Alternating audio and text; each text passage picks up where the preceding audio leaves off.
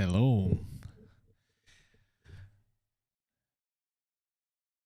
How are you, everybody? Hope you are all doing great.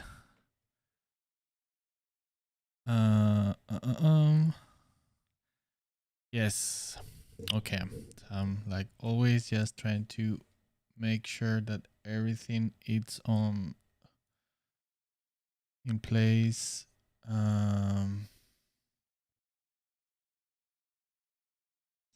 It's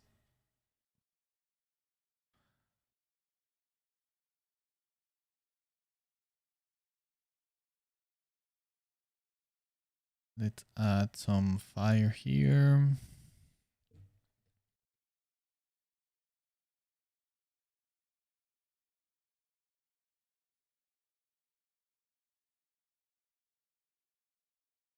Mm-mm-mm.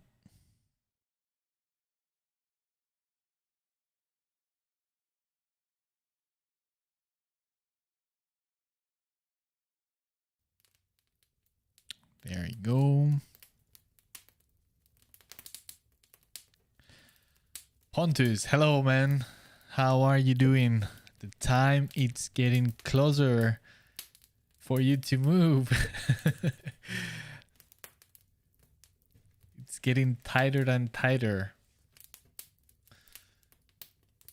Stealth shock. Thank you. Thank you.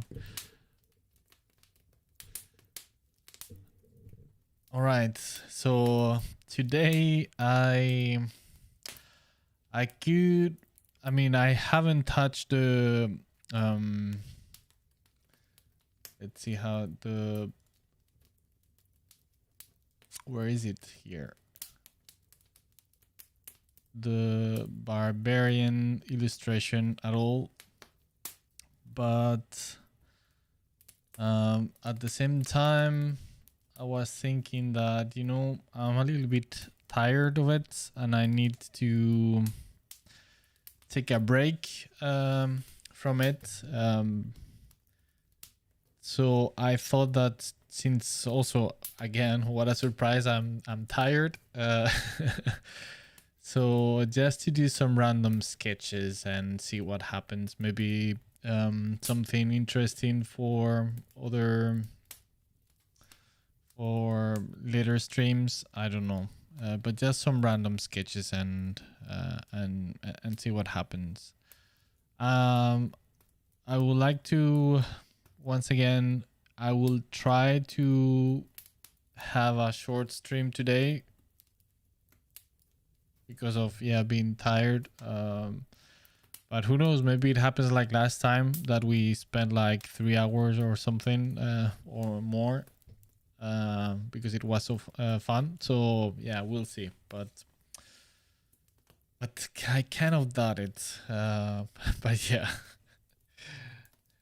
Pontus, yeah, 15 days. It's going good, but right now I'm a bit sick. Which one of the Love, Death and Robots episodes did you work on? I felt there was some bounty hunters in one of them that could be of your design. Yeah, that's half. I mean, it's a good guess, but yes and no. William Menossi, hello. How are you? Thanks for joining in. Welcome to the stream.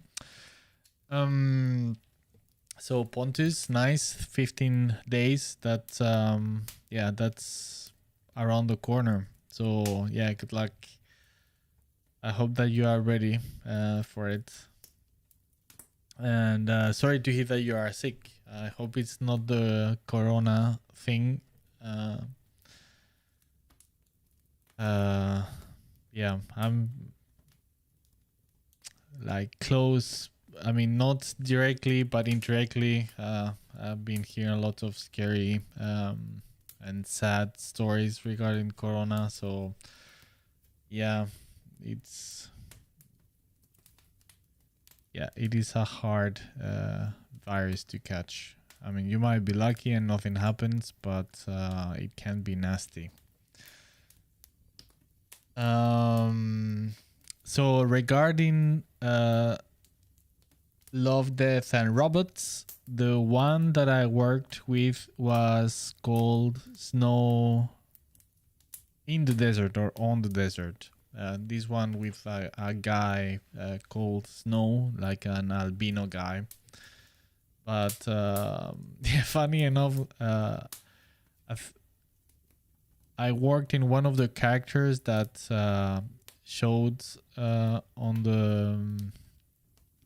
I think it's that one because I start to work on it, but they asked me to jump in other designs, which they actually didn't show up on the of the short at all. So, but yeah, that's part of the concept art life. Concept art is life. Most of the time, the work that you do is never gonna be shown anyway. So that was a little bit of a bummer. I have to confess. Because I did, especially with one character, I was pretty happy with that one. But and you know what? This is a wild guess. I have no idea, but it felt that the episode was a little bit too short. That they kind of cut it in some way, and that they were planning something more, and for some reason they ran out of time, and they had to do some adjustments to the script. And this is where my wild guess goes. In that cut, the characters that I designed were for those parts that were cut. So yes, but once again, that's the life of a concept artist. I'm pretty used to that anyway, so it is fine. But it would have been cool. But regardless of that, I'm very proud and happy to have been able to work on the project. It was great experience. It was very fun, and the guys on the studio behind that episode, they were fantastic. So yeah, it was exciting, I have to say. I was very excited yesterday evening, but I have only watched that one, and I haven't seen any of the other episodes yet because I've been very busy with stuff. So I'm really looking forward. It's a shame that there's only 8 episodes this time. Last season, I think there were many more. I'm not sure. Peter. So what's the news, Pontus? Well, Pontus 2 should answer that. Nice. So Pontus, so you saw all of them. Marcelo, how can I know if my artworks are in a professional level? I mean, to have certain... I guess you mean to have certainty about my art quality to send portfolios to some companies. All right. Well, let me just before I answer, let me change to I was going to say. All right. Yeah. So for that, of course, I mean, you need to try to be as objective as possible when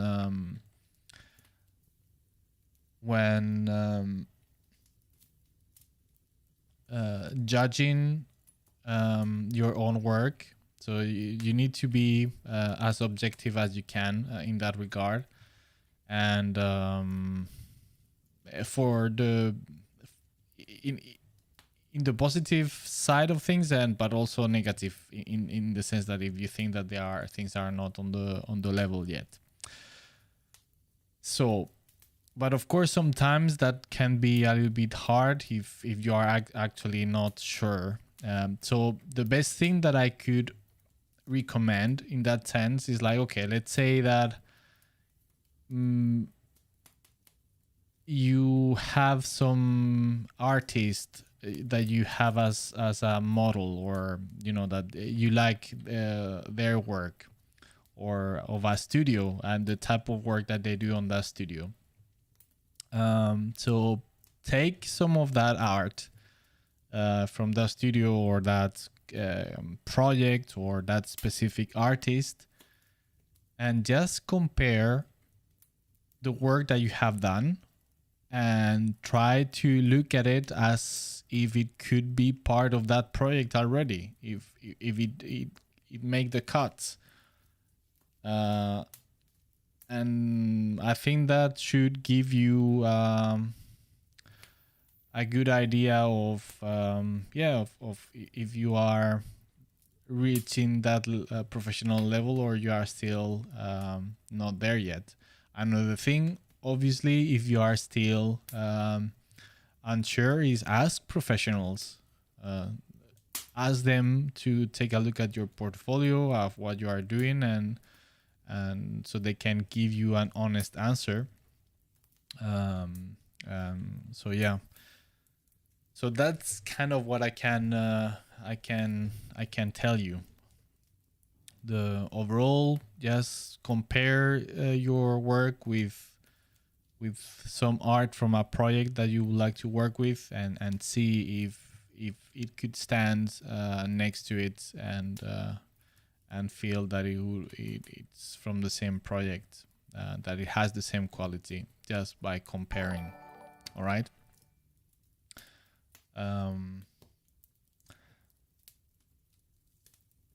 Pontus, that is cinematics. Hard to get everything in sometimes. Yes.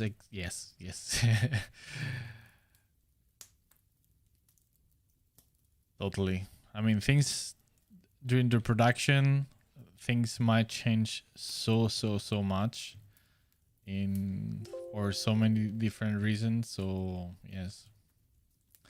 By the way, I just realized that I'm not showing my screen. Let me. There you go. Beep beep beep beep beep.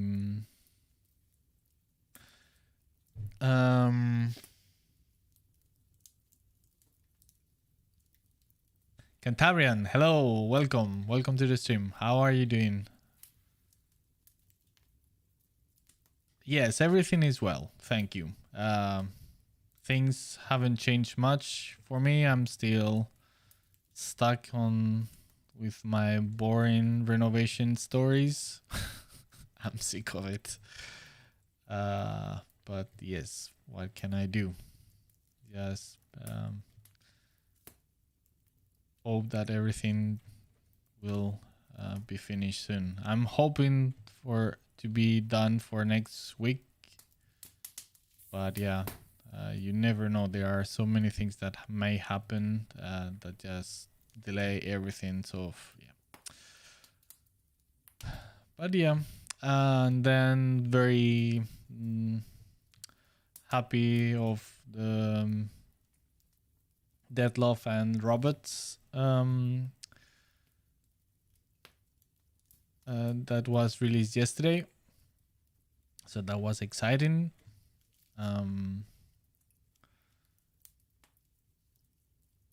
And yeah, nothing else. Like I was saying, I was a little bit tired of the Barbarian illustration, and I feel that I'm a little bit stagnating. So I didn't felt like working on it today for the stream, and just have a very easygoing in that sense. Just do some sketches and just with nothing in mind really. I really don't know what what I want to do, and since I'm tired once again, what a common denominator for all these streams since I started my renovation. So I'm kind of tired, so I don't think I will do a long stream today. And yeah, so doing some random sketches, some characters, and see what happens.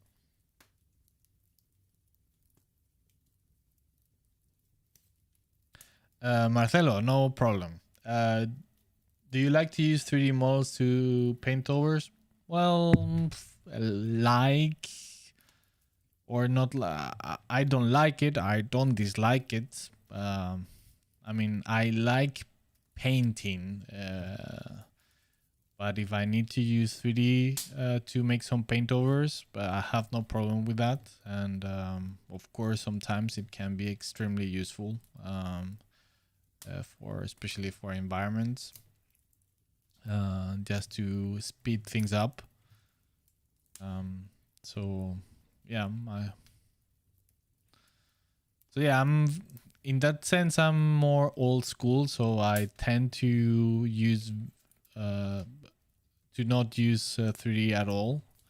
But I have used it before, and I will use it. But if I can avoid it, I normally I don't use it.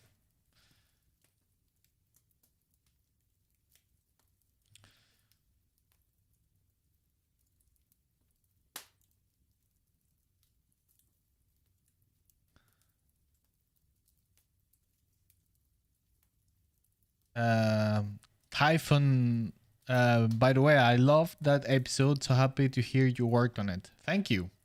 Thank you. I haven't seen other episodes, so I don't know how are the other ones. But this one, of course, is the only one that I have watched, and I liked visually. I thought it was amazing. I think it was spectacular. But I have to say that the story, it felt that it was a little bit too short. That it ended like what? It just like suddenly. It felt like there was something else to happen, and they and it didn't. It just so it end up abruptly. That's the feel I got from the episode. And I wouldn't be surprised if they actually run into some issues. They run out of time. They had, I mean, the original script was a little bit longer and more things were supposed to happen. And for whatever reason, that could be, a million. They ran out of time and they had to cut things up and patch things a little. And maybe that's why it felt like finishing so abruptly. I don't. I mean, I'm just wild guessing. I have no inside information, but but that's the impression I got. So visually, I thought it was spectacular. Uyuyuy. Phalanx Guard, thanks for the follow. Thank you. And welcome to the stream. And how do you guys or people, it might be some girls are, well, I normally when I say guys I refer to men and women actually, but yeah. Anyway, did you feel the same about that episode? Did you feel that it ended up very quick? Like it felt like something else had to happen.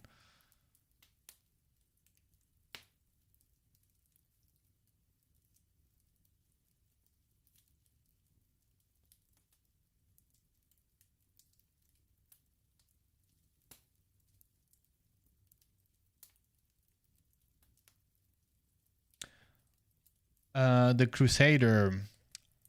Exciting to see you work on Love, Death and Robots. I have seen Cedric Iranevnai also work on the series. What's your opinion on his art? I personally think he's up there with Dayton and the Legends. You know what? I'm not sure I know him. or not by name. Let me just let me just fast Google. I'm terrible with names. Aha, yeah, of course. Yes. Now I know what you who you mean. Yes, of course. Yeah, he's fantastic. For certain.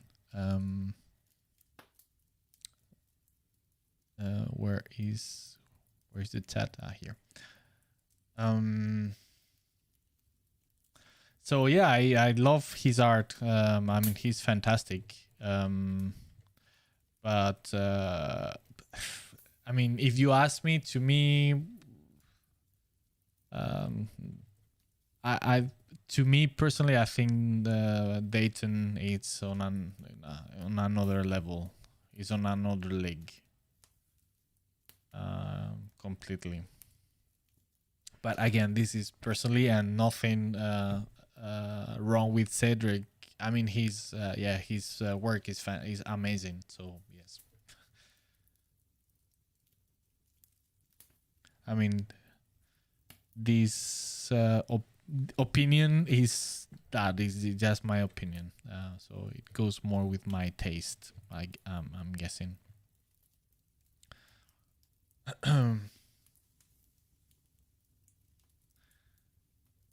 Mortas champion. Hello, welcome to the stream. How are you doing? I'm doing all right, thank you. I'm a little bit tired, like it's been for this last month, because many things are happening in my life that keep me pretty busy.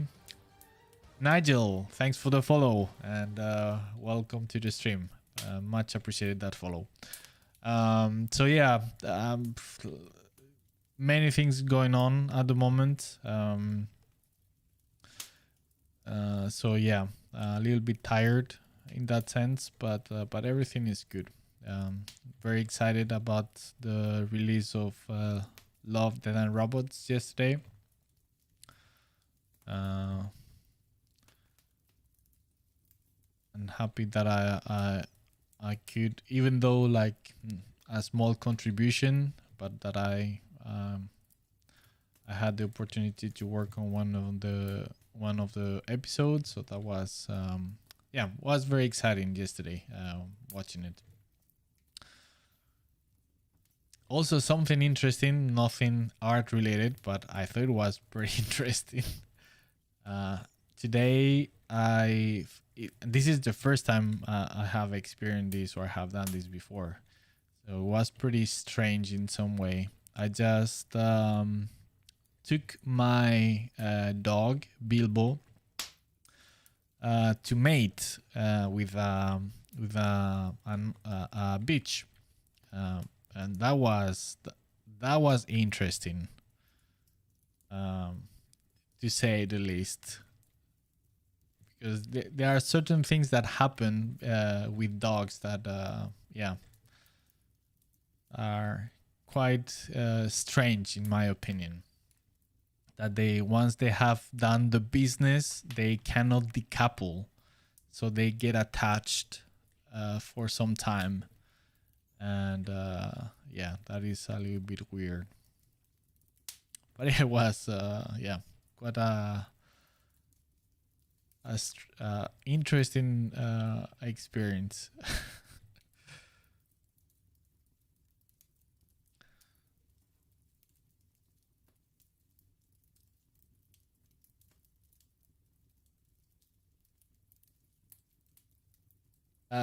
Typhoons, it just ended in a weird way. Yes, right. I It felt that was kind of that everything was building up for another encounter or something of that kind. That after that fight that they have, at the end they will do something else. That's kind of the impression that I got. That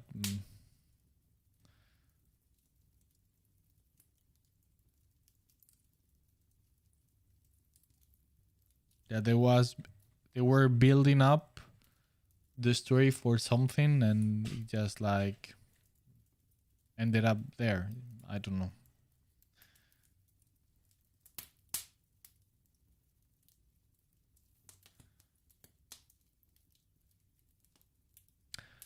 Phalanx Guard. I'm Morta's champion from YouTube. Just realized you stream on Twitch. All right.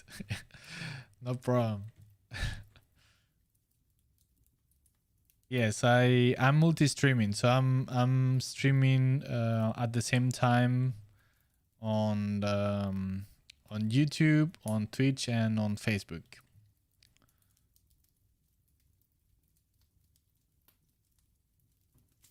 So that way I can reach more people, because not everybody's on Twitch, not everybody is on YouTube. A lot of people are just using Facebook. Yeah.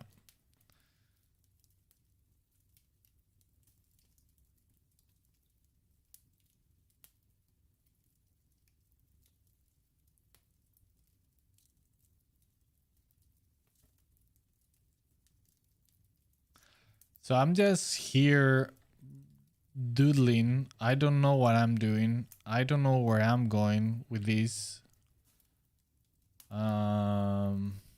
So feel free to, if you have some ideas or suggestions, yeah, feel free to share. Because I really don't have no idea what I'm doing. Beep, beep, beep.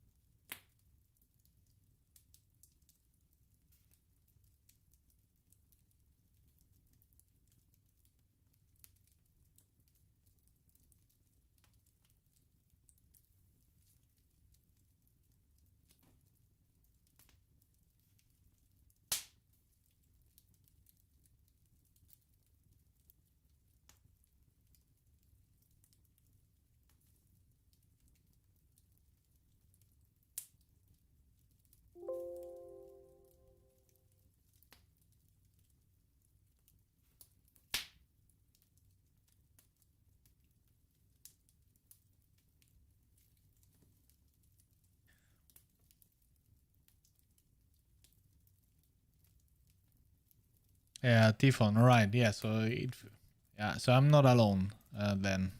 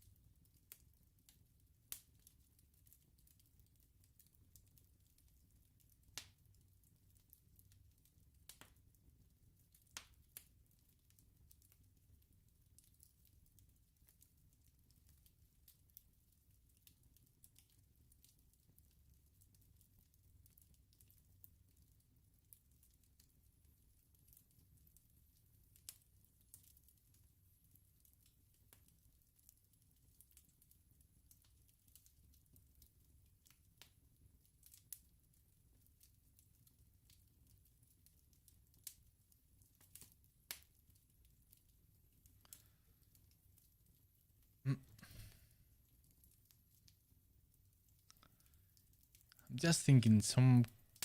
Yeah. What this guy? Who? What? Who is this guy? What's the deal with this guy?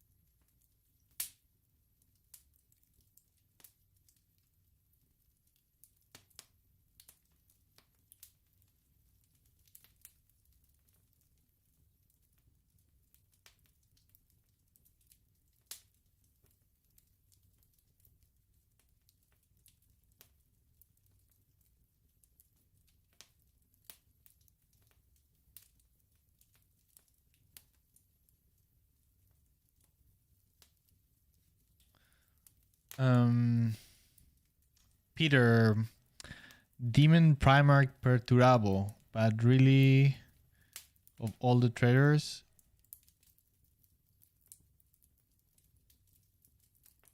would Perturabo seek Demonhood? What? What do you mean, Peter? I'm lost there.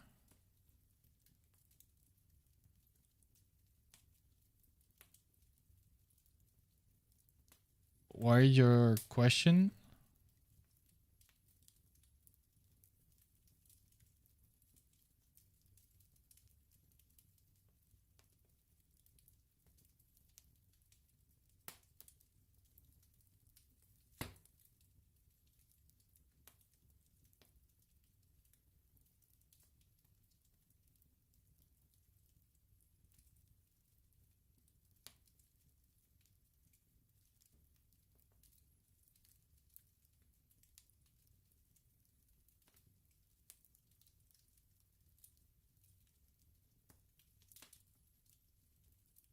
Kevin Riojas. Hello, Miguel. Greetings from Peru. Your art inspires me a lot. Wow, from Peru.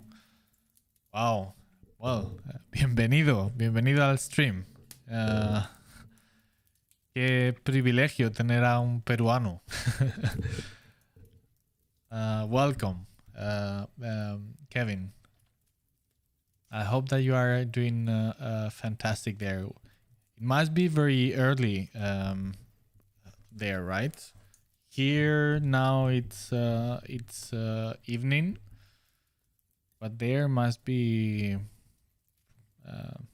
around 9 or something like that in the morning.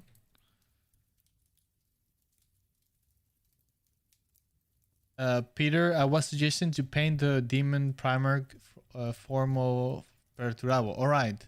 Then the next is a lore question. Do you think Perturabo would seek Demonhood? All right. Okay, sorry. Silly me. Okay. Yeah, why? Yes, why not?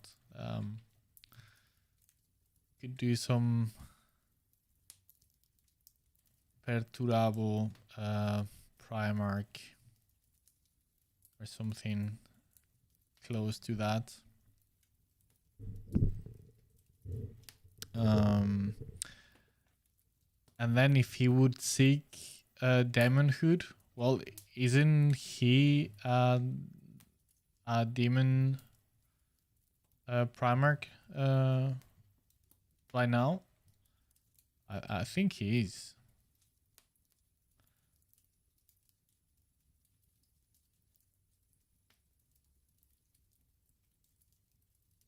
And if he's not, it doesn't make much sense in my mind, because even though he wouldn't be aligned to any of the great chaos powers still.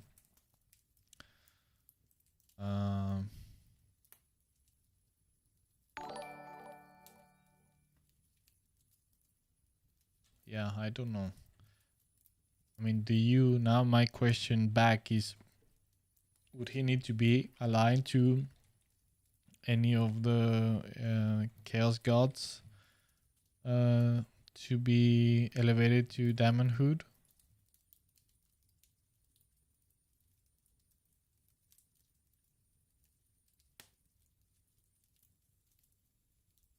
Maybe you cannot actually.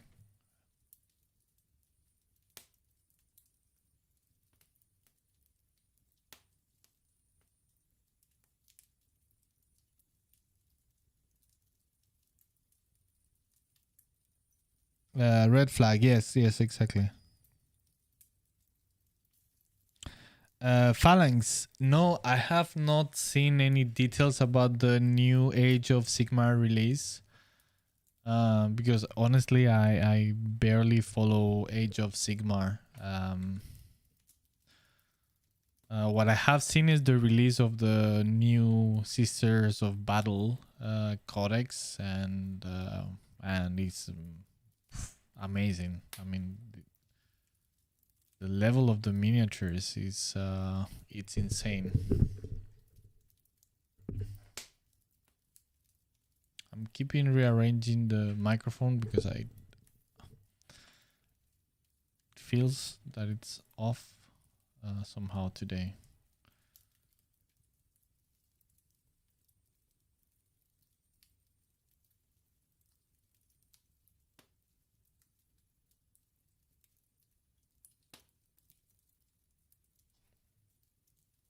Let's start again.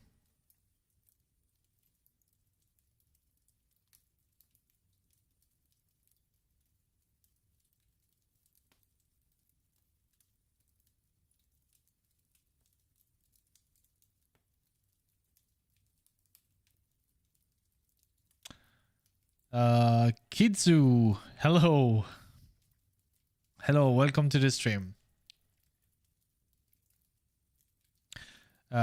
Peter, there is no art of him as a demon Primarch. It was suggested he sacrificed the Imperial Fist Gene seed to gain demonhood, but now in the lore he was very much against witchcraft.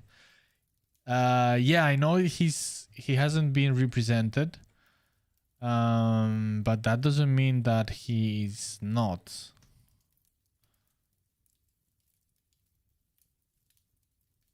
I mean, maybe.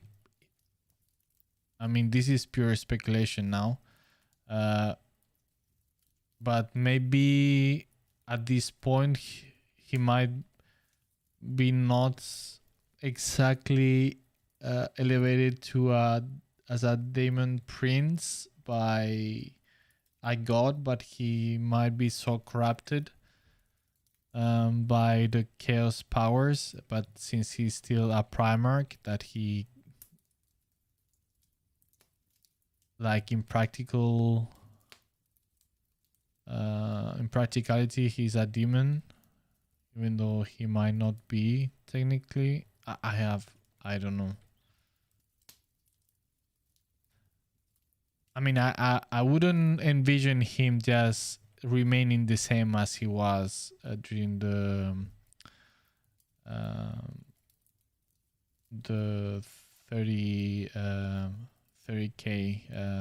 times.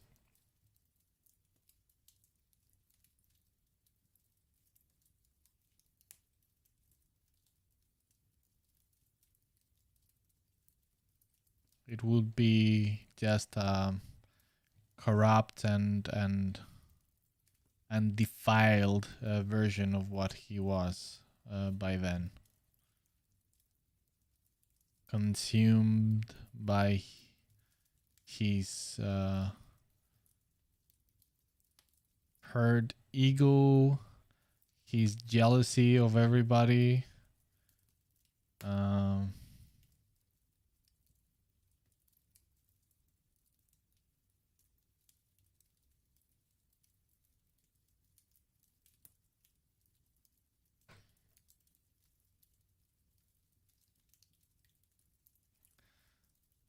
Because I mean, you don't need to do witchcraft in order to be corrupted by chaos, and he's supposed to be living in the Eye of Terror, right?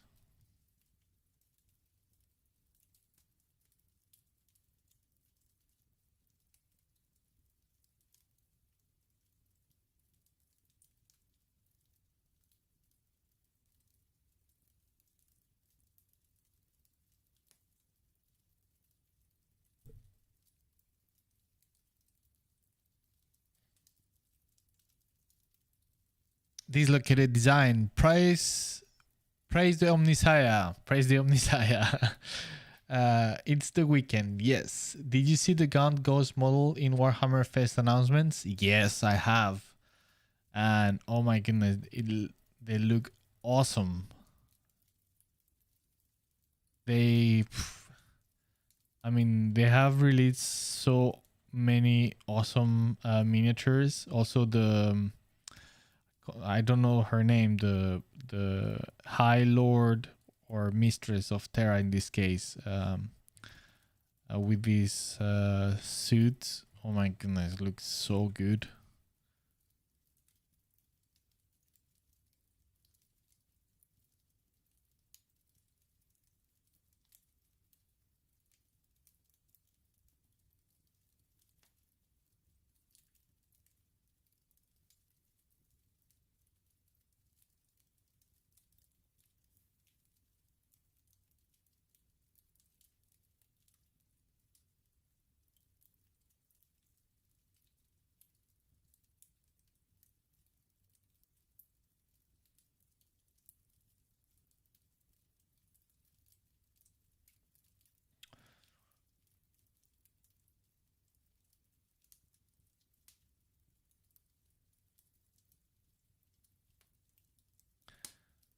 Dislocated Design. Also, checked out the video with Dan Amnet and the Arts Technica channel about the unsolved mysteries of 40K.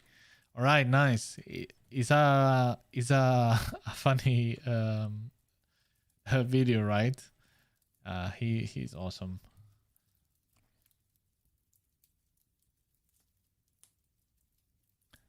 Peter, yeah, old school codex says he was Chaos Undivided. Yes, exactly.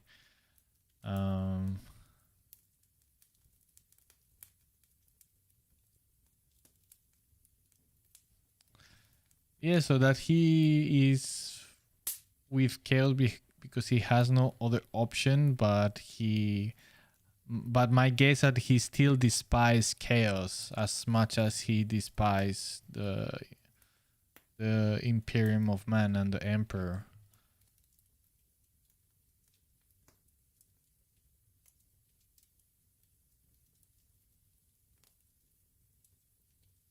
I mean, once again, I'm just guessing.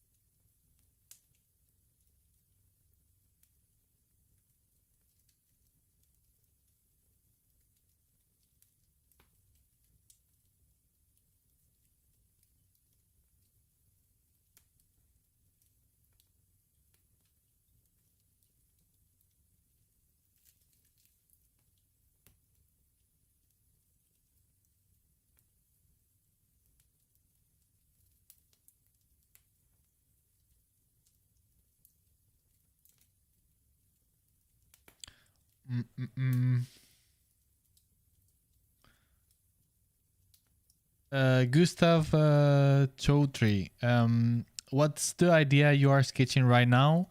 Well, I had no idea for today's stream.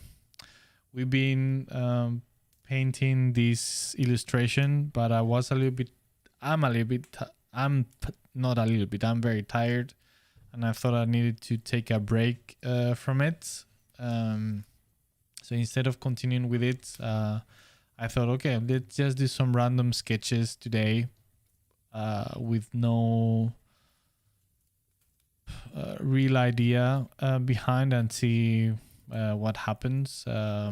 So Peter here just suggested to do something similar to Perturabo, but like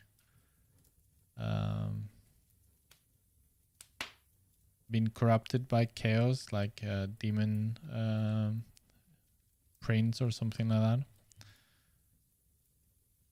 So yeah, that's kind of what I'm trying to aim for now.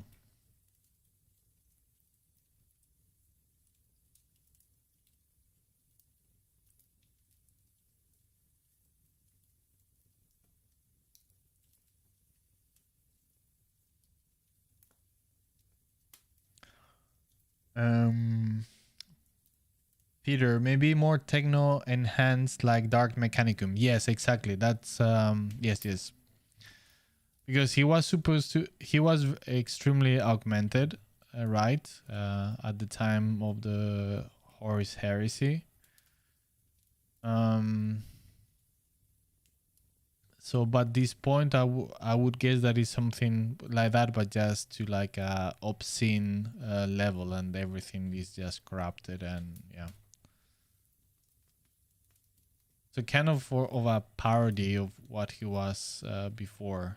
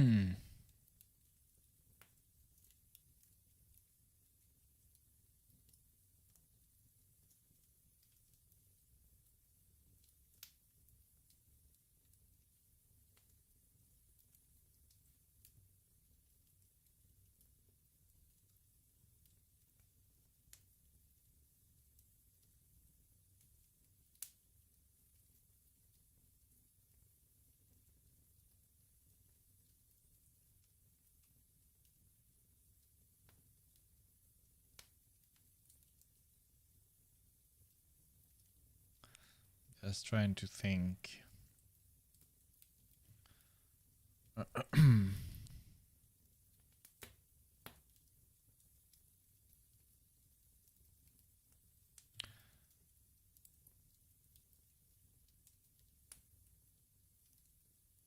Beep, beep, beep.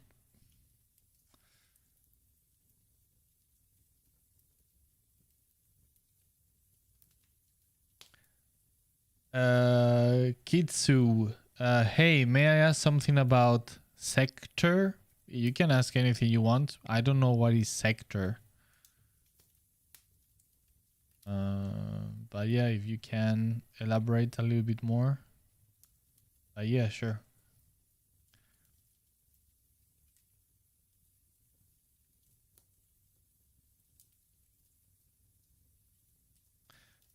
Peter, Miguel, thanks for that Dan Update interview link. Yeah, no problem.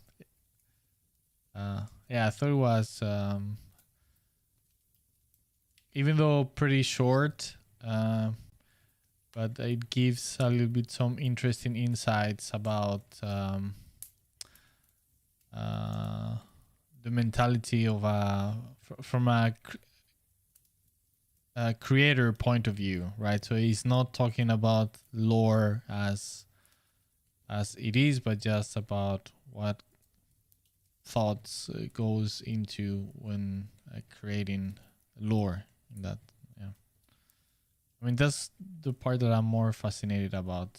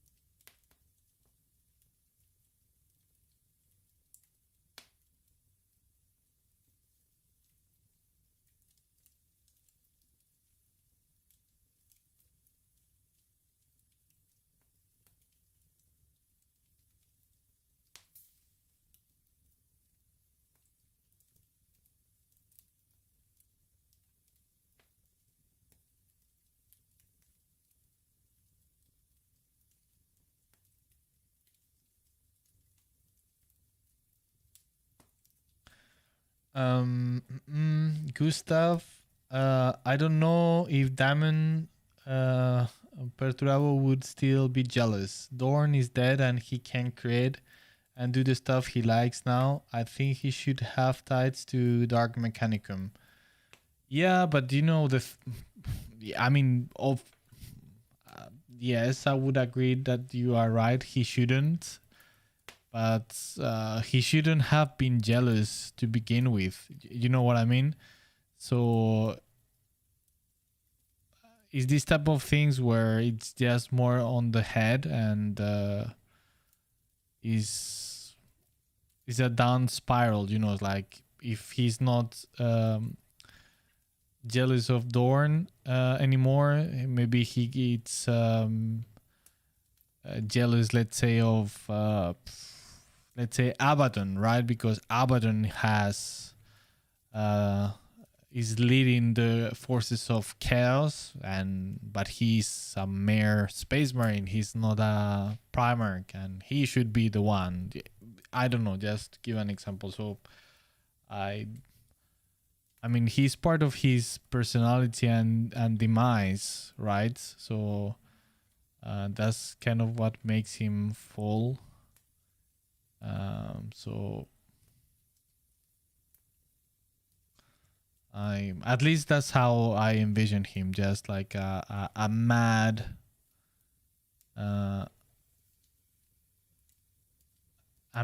Primarch at this point.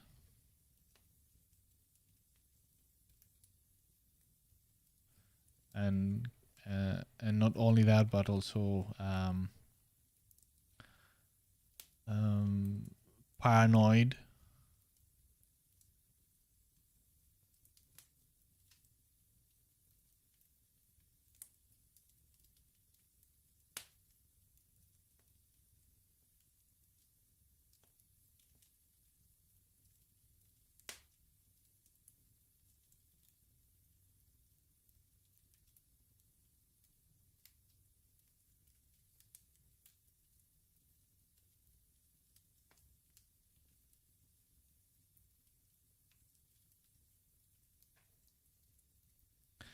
Peter, how's the Space Pirate stuff coming along? Well, at the moment, it's not coming along at all. It's put on hold because because of all my current situation with the renovation. So that's kind of I don't have time for anything. I'm really struggling to keep up with just my client work, and I have a lot at the moment. I'm working with 3 clients at the same time. I'm working for Games Workshop, I'm working for Wizards of the Coast, and I'm working with Fat Shark on Dark Tide. And at the same time, I'm dealing with all this renovation at home, which takes a lot of time from my work hours. So that means that I need to catch up during the evenings. So I'm at the moment, and it's a little bit frustrating in that sense, because of course I'm very, very eager to get started for real and make things move forward. But yeah, I'm a little bit in survival mode at the moment. So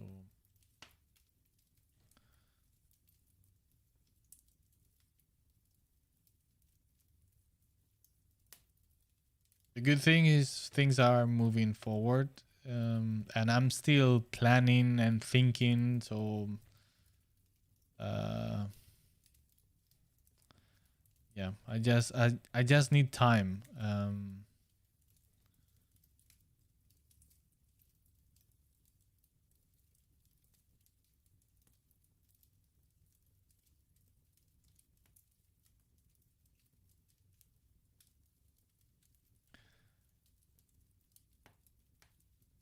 Let's see.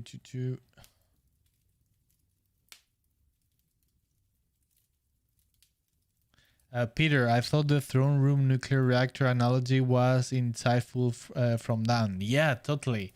And that's kind of one of the reasons why I admire him, and I like so much his work, and I think it's so important that there are these type of interviews, so it kind of projects to the fan base a little bit of the mindset that you need to have in order to expand and create in any universe, and in this case in 40k. And is that you cannot, I mean, especially something as wide as a 40k universe, you cannot take things literal. I mean, and a lot of, there are many takes on things. Like, I think actually in that interview he refers, I don't know if it's on that one, but later on I have seen another one. I will share it also on Discord. This time is a long interview. It might be on that one where he discussed about the fact that even though I mean, this subject that we were discussing last stream about how bad is to live in the 40k universe, and he was talking about that, yes, even though it is overall is horrible and there's gonna be horrible and nightmarish things, in order to work, the Imperium cannot be named that horrible all the time and everywhere all the time, because it wouldn't work. it will fall apart. I mean, if people are fighting for survival, if they are fighting for an ideal, there need to be something there. Because yeah, it wouldn't be functional. So yes, and also the fact that, of course, everything, all the lore, everything comes from a tabletop war game. So of course everything is focused about war and battles and warriors and armies, but the universe is way bigger than that. It's just that it is not the focus, or hasn't been the focus of it, because it's about a war game. Uh, so I like a lot this quote that he says something that, yeah, on the 40k there is only war, but there is but there is not only war. And once again, because it's like it cannot be. So yes. Yeah.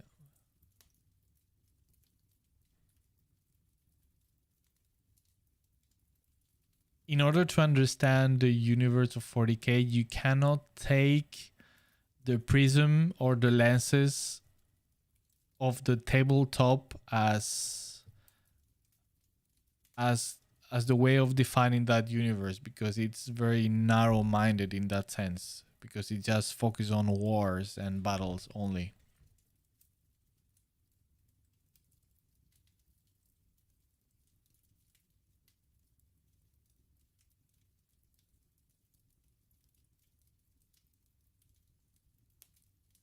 And that's how you create I mean, that's how you do world building.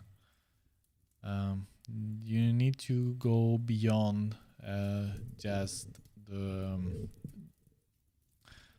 the fancy things, and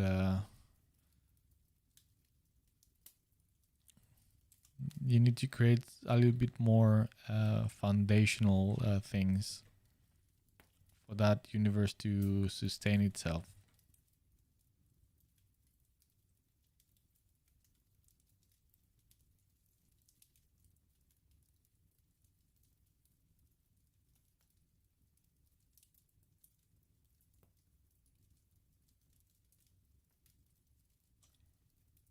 And by the way, Peter, regarding the thing with the throne room, I think those not explain this thing that I also love is like you cannot explain either what it is for real. I mean, you need to leave things out of how do you say, out for people just to imagine, to fill in those holes, and yeah, to make everything more appealing, more mysterious.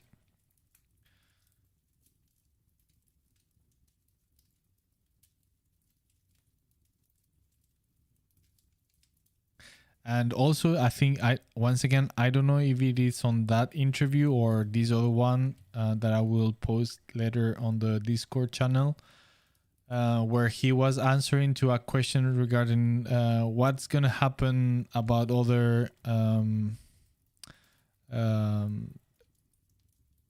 Primarchs, and he was saying that the Primarchs cannot come back because they need to be left alone for the most part, and left for the Horus Heresy era, because that's how we know for the universe of 40k they need to be the base of legends. They need to be mysterious figures. If we bring them back and explain everything and show them this is Perturabo, that's how he is. This, I mean, it lose all that myth that is behind all these figures, and they. I mean, 40k would not be 40k anymore. Um,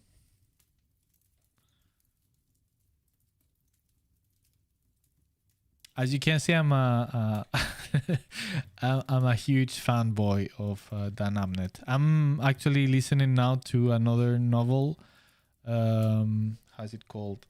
This one that is about planes, of course, in the 40K universe. Let's see. Double Eagle. Has any of you read or listened to the audiobook?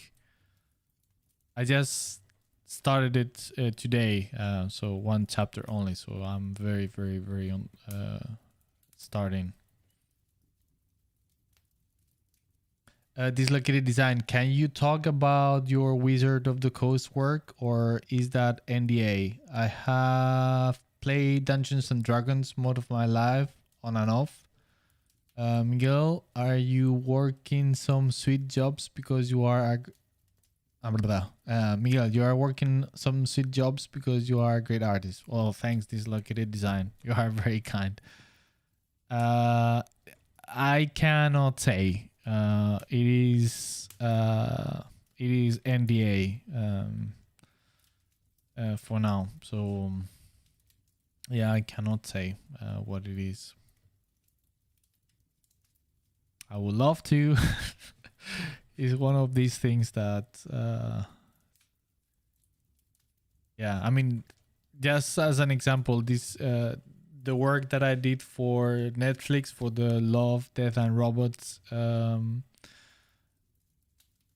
episode, I think I worked a year ago or more than a year ago. I can't remember, but something like that. So, and I haven't been able to say anything until now.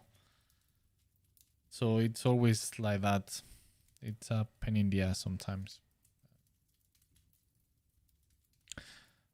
And oh my goodness, the thing with Dark Tide. If I could tell you guys what I'm doing, oh, damn, I'm dying to play Dark Tide.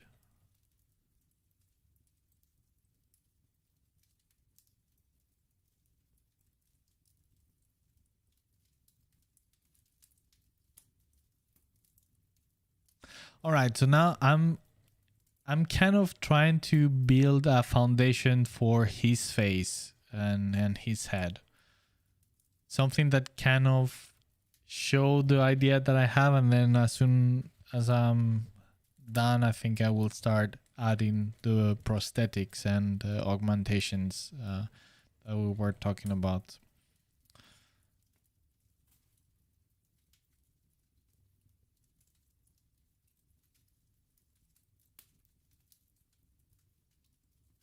So I'm just thinking that his eyes are maybe not glowing as demon, but more as some kind of electronic type of augmentation. But of course, it could be corrupted or something.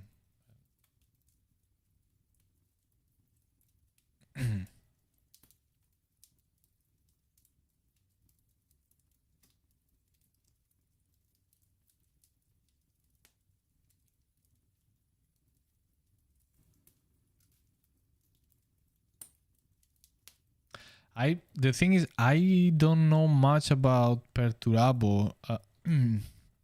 I haven't read any of the novels about him. I mean, the novels that specifically focus on him during the Horus Heresy. So I'm a little bit ignorant. I mean, I know the overall things about him. So if you have read or you know something about him that could be relevant, please share.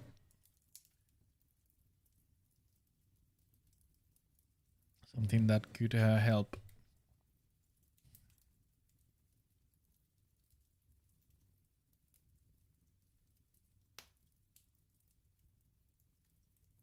Mortas Champion, will you have artist proof? What do you mean? What are you talking about? Gustav, I think what 40k need is more Xenos aesthetics.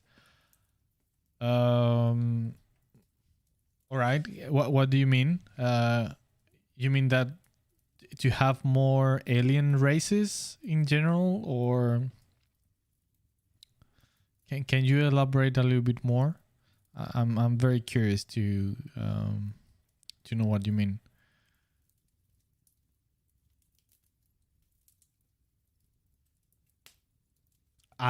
For instance, myself, I would love to know more about other type of aliens aside from the classic ones. And you could argue like minor races, so they are not as powerful or extended in the galaxy, but I mean there are plenty.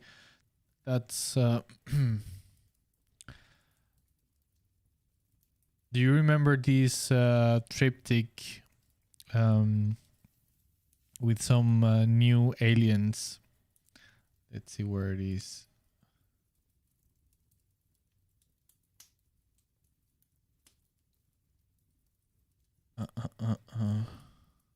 Let's see. Let's see if I have it saved. I think it's on the new rule book. It's like several triptychs with the enemies of humankind. You have heretics, you have aliens, and in it there is a lot of new stuff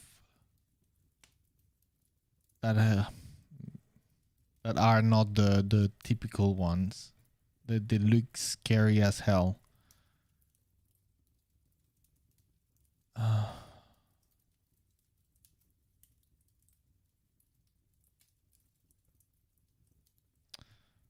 No, I don't think I do have.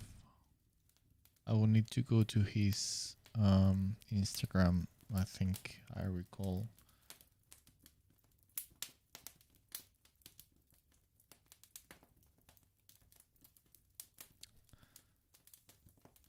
I'm talking, of course, of Lewis Jones. Yeah, here he is. No, I can. Okay. Let me just.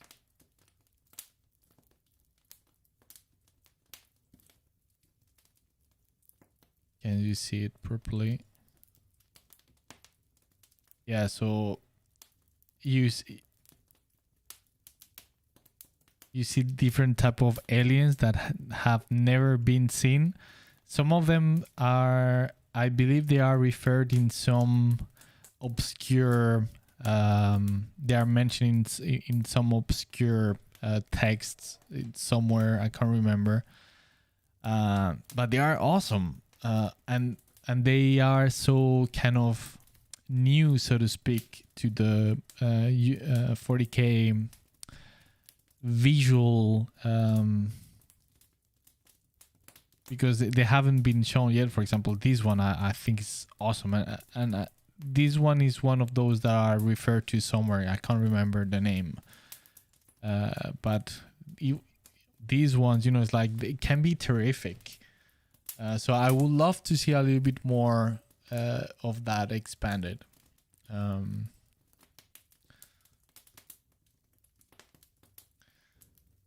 So yeah, I think that would be great.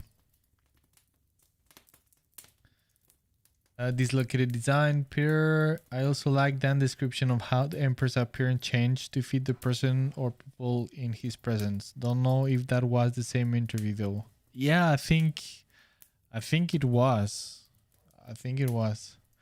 A Cantabrian reminds me of a script writing seminar I attended a couple of years back. The mechanics of any given system has to be underpinned by motives, rationale, characters, etc. Yes, totally.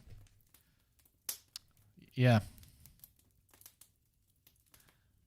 I mean, if this universe was just like mindless war, I mean, nothing would make sense.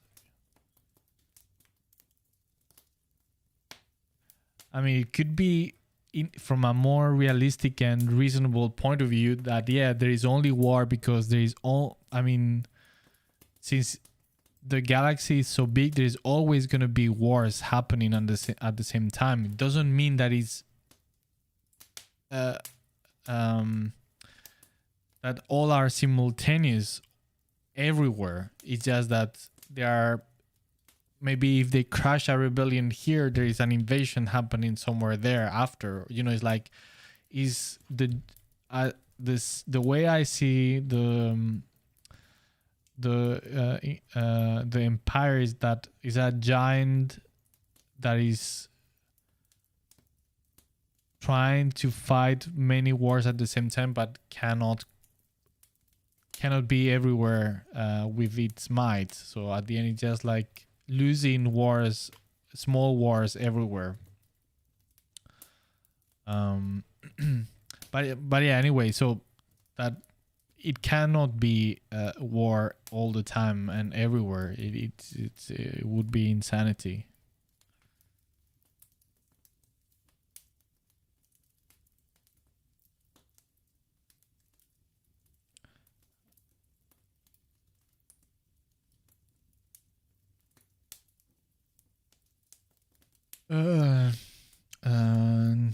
Navy team. Hey Miguel, hello, welcome to the stream. Are you good at drawing ships? You mean real ships or spaceships? I wouldn't say that I'm good because I don't have much experience. At the same time, I could say that I love designing spaceships. That's gonna be a big part of in my personal project about space pirates. There's gonna be a lot about vehicle design. Of course, I mean, what would be the point of having space pirates if they don't have ships? Pirate ships, right?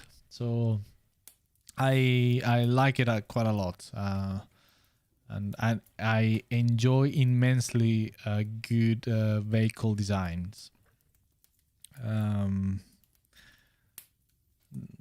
That's one of the reasons, for instance, why I I enjoyed quite a lot Star Citizen work.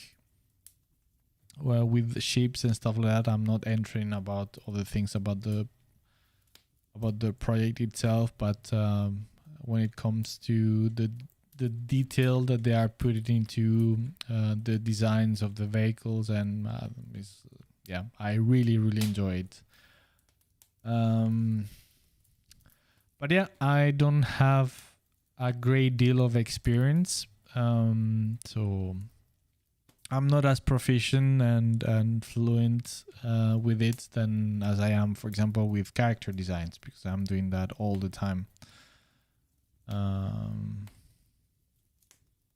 But I'm also hoping that once I start, I jump in straight and deep with my Space Pirate project, I will have to no way around to spend time with that and of course improve and gain more experience.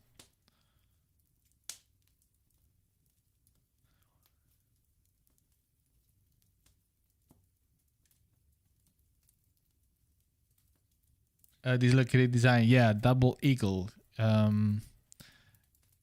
it's I don't know if it's old or not, but it's another a little bit more obscure Dan Abnett novel.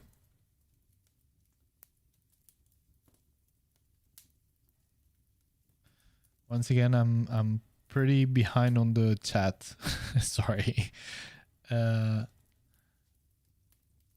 You know, the thing is, I don't know if it happens to you guys, but if I'm listening or watching a stream and and I try to talk or interact with the streamer, I hate when they don't read or they don't, I mean, they don't answer my questions or whatever. So I always try to read everything and answer to everything that you write.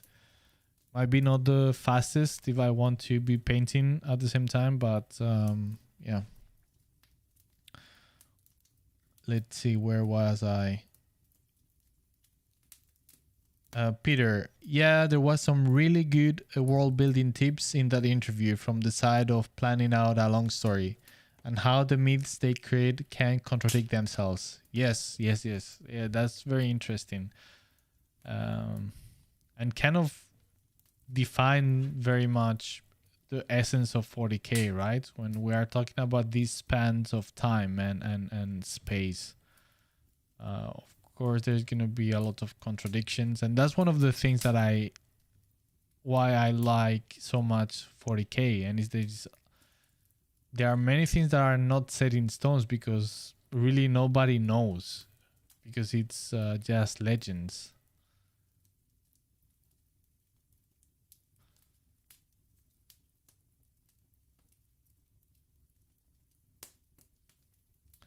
All right, I'm kind of okay where it is. So I'm just imagining him that he would be kind of encased in this huge armor.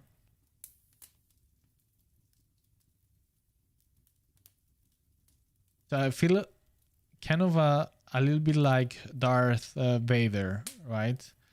So that he would have a very bad looking head and flesh and just connected and encased on the armor. He cannot take it away anymore. So a gift from chaos, but a curse at the same time.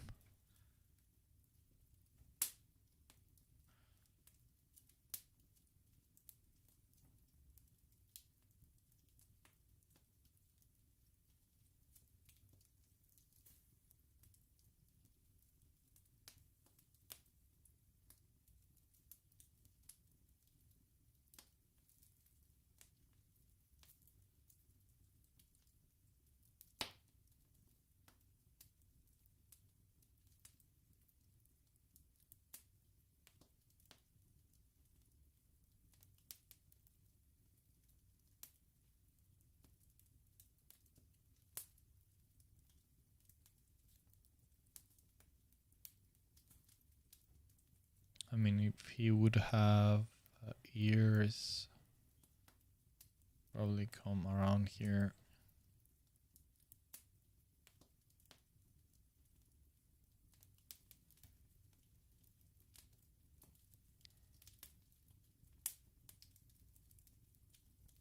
Gustav, I think that that consideration about Primark in 40k are out of the question now that they have opened the Pandora box by bringing back Gilliman.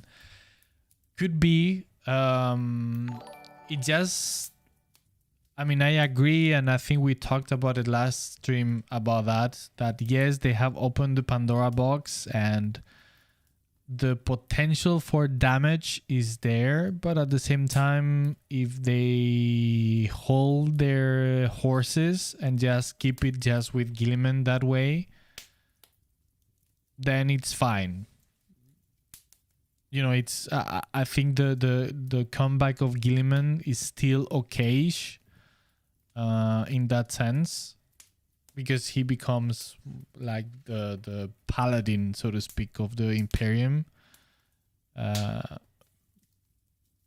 and that's I mean, to me, that's about it. If in the future they bring other Primarchs back, I think I would agree that will be a bad idea. So I'm concerned as well. But yeah, hopefully they just leave it there. But yeah, let's see.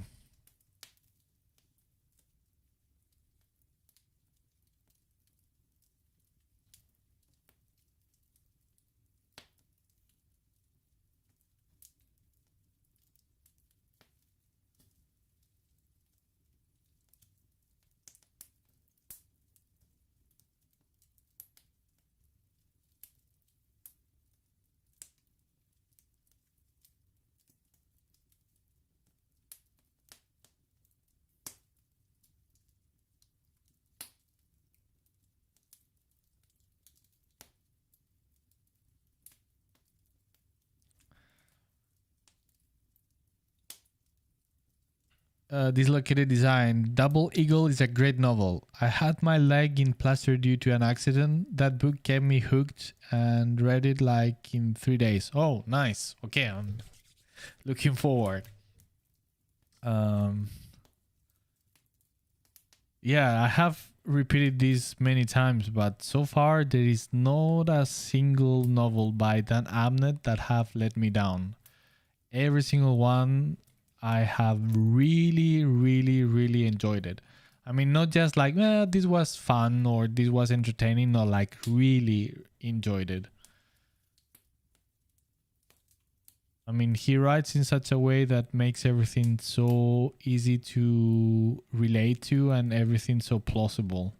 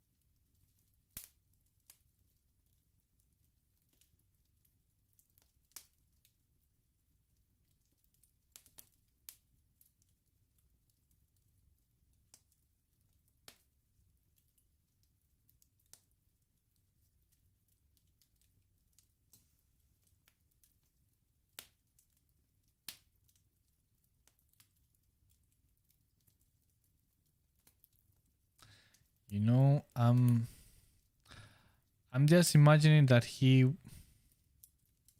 like several layers of encasing, so to speak, on the armor. So here I was thinking like this is part of the edge of the opening for the head on the armor, but I think I will keep that for something else around here. That's what I mean with several layers. So I think this is gonna be tied to the skin, part of the actual head.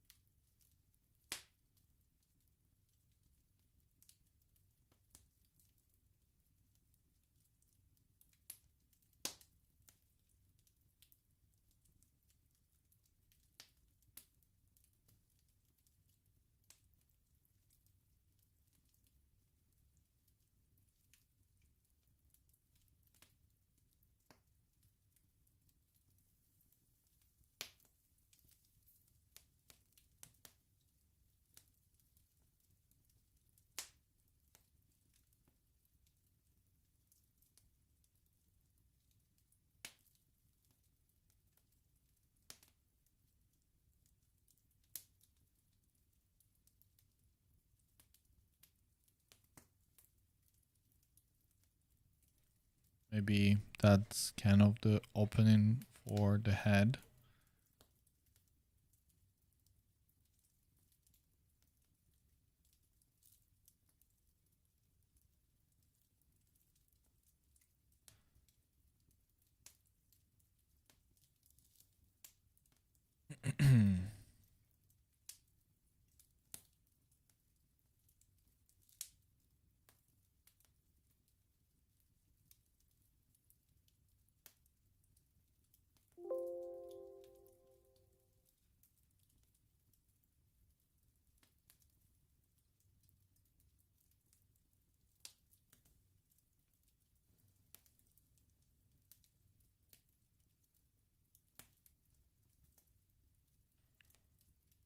Then of course he's supposed to be like has a lot of cables coming out of his face, right?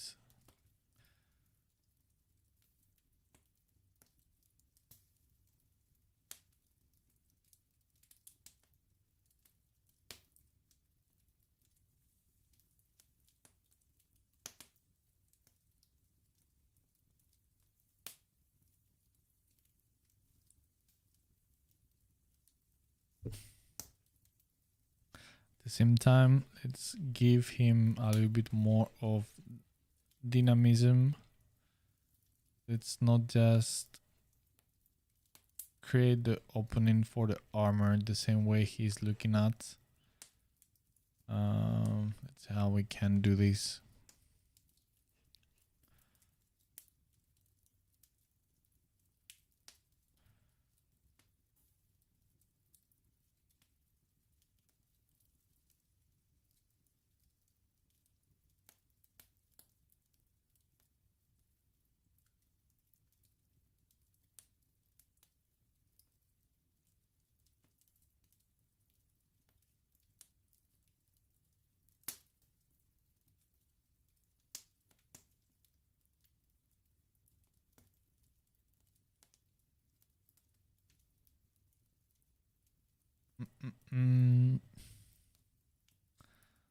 I'm not sure.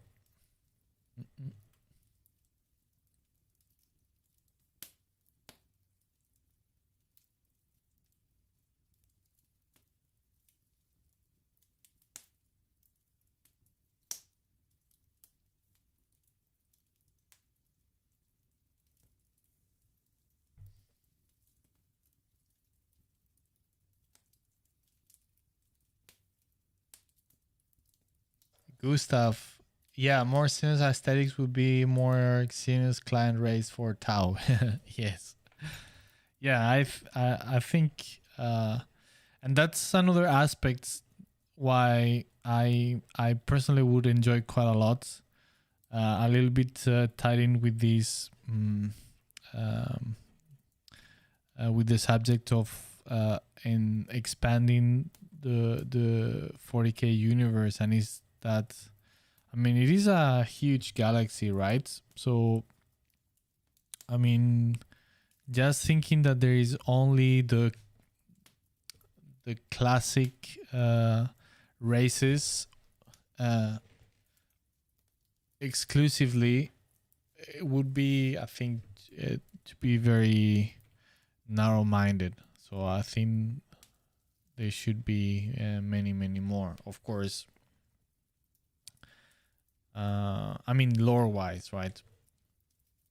I'm guessing it would make everything very difficult to add more races for the tabletop game, which is at the end of the day what rules everything and what dictates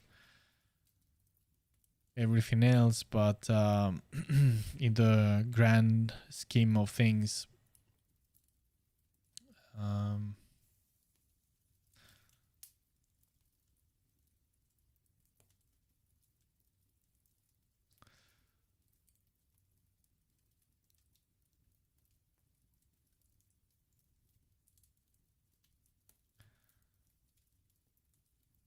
but yeah, I think it would be extremely interesting.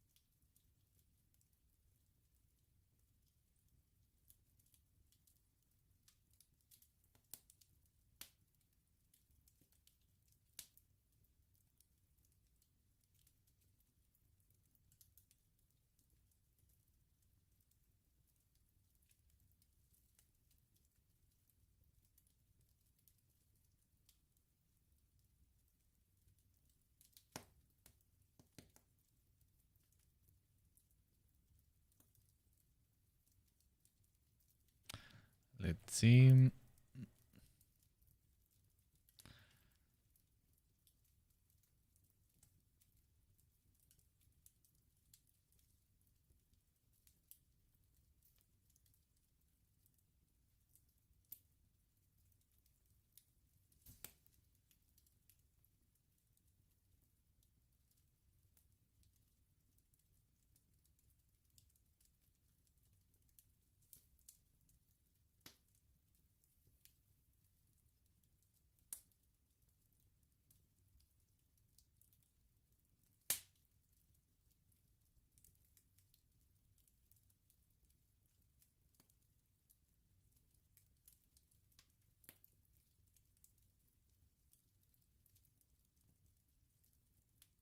I kind of to a certain degree, I'd feel that Perturabo would kind of give a feeling of a dreadnought, and that's kind of the image that I'm getting out of him. That he would end up looking a little bit like a encased in the humongous armor.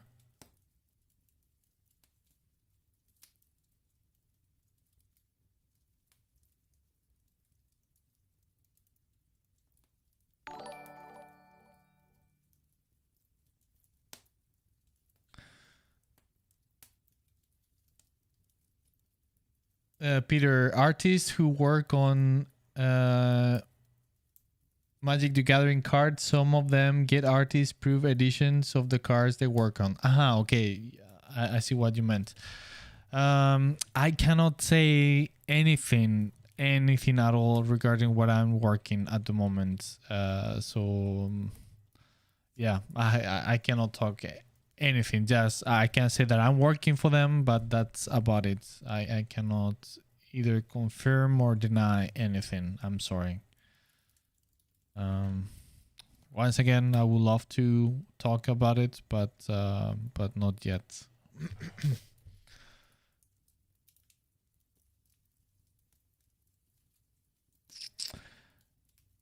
Gustav, yes, I have seen it and it's wonderful. I just want some snippets of lore to get the imaginations going. Yeah, totally. Yes, I mean those triptychs are amazing. I'm so happy that they are in expanding visually the universe in that way, that they feel brave enough just to let the artist be creative and yeah.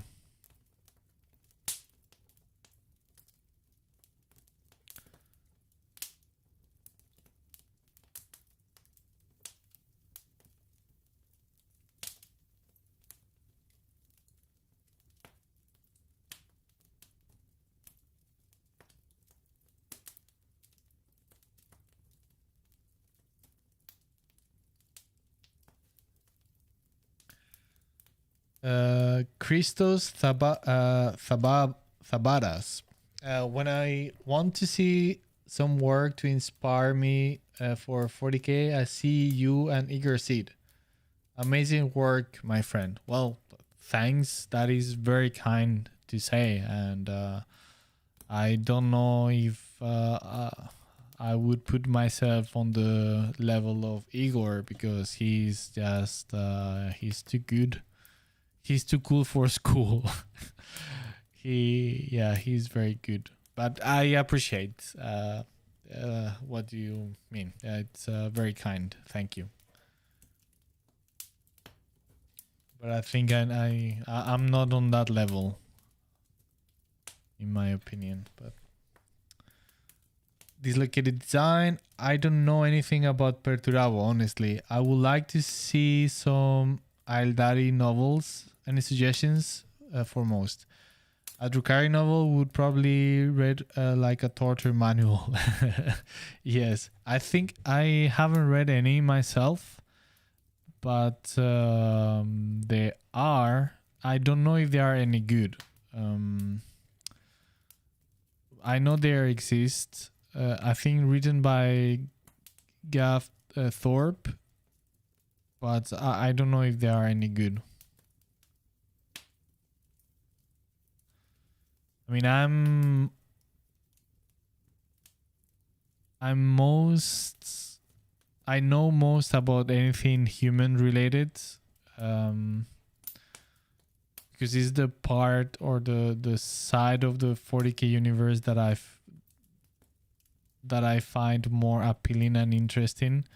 So I have never been too drawn towards the alien races.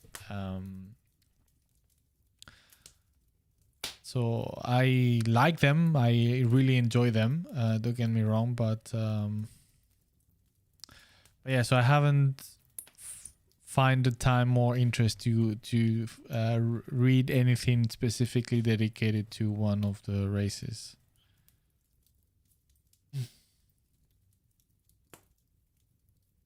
Dislocated design. Black Library has a Necron novel on the way. I think there are several, right? I mean, now it feels that the Necrons are taking a bigger role in the galaxy stage. They are kind of to play a bigger role overall.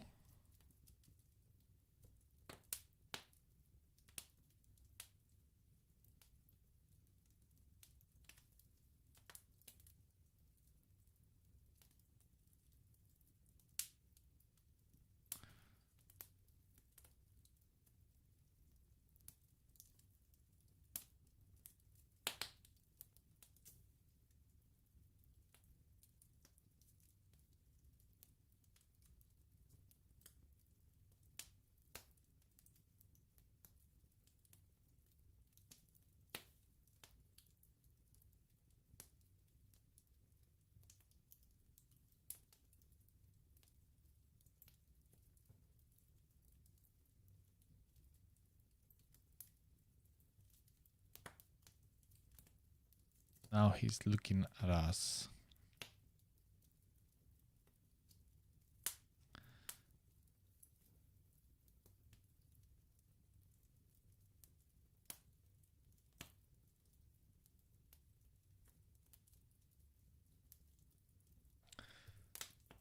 Juan Toledano, hello, welcome.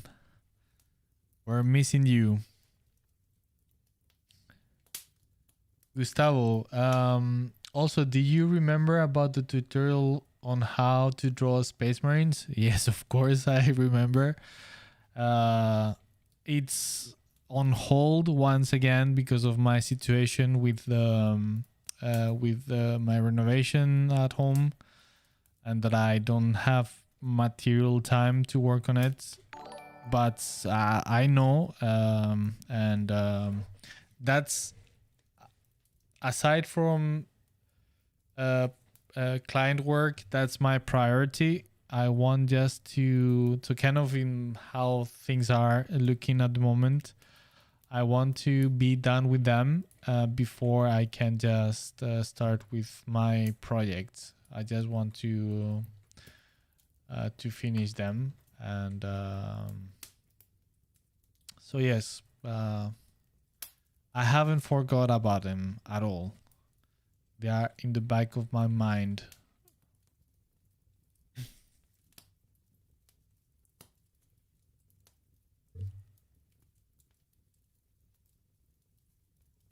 Dislocated design, some lesser known aliens, the Huva, the Sloth, yeah, all of these, yeah.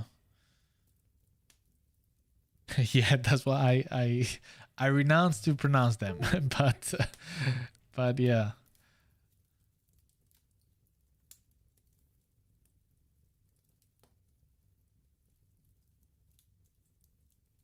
Cantabrian, pirate spaceships, a good opportunity to design some first principles, maybe. Yes.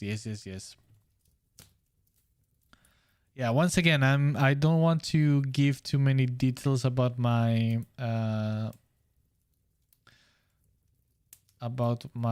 project yet. But yes, there will be a lot of vehicle design as well. I'm sorry that I cannot talk more, but I just want to hold some information.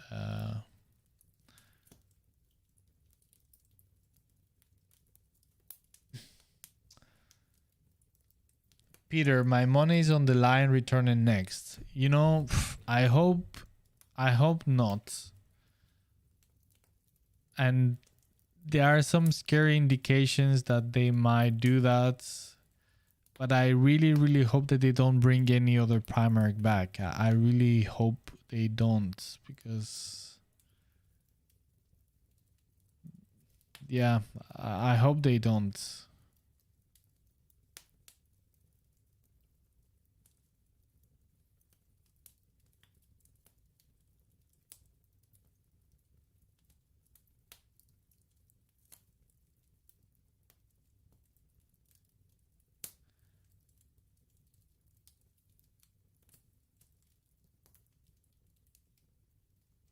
I think they have laid a setting that still works very well within the traditional state of things in the 40k universe as it was before. And is that okay? So I advanced they had oh my goodness, my English, they advanced the lore with the invasion of the Cadia system, and just they kind of developed that story through the last decade or 2 decades. Will be now, yeah, 2 decades, right? And the conclusion of it has been pretty near in time, right? So the fall of Cadia. So just bringing Gilliman feels like, okay, so just to have a brink of hope, but still the empire cannot be just like really winning, so to speak. It needs to be in a state of like holding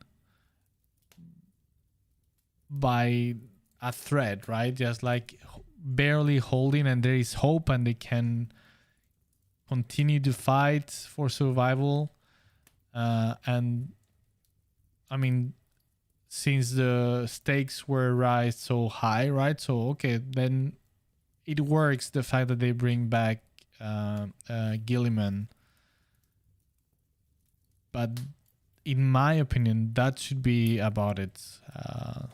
If they start to bring back more, yeah, it becomes a Horus Heresy 2.0, and it's yeah, no good.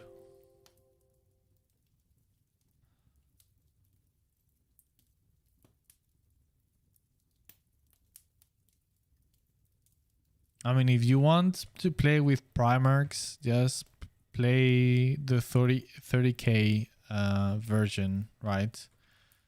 There are miniatures, you have everything there, but don't bring them back.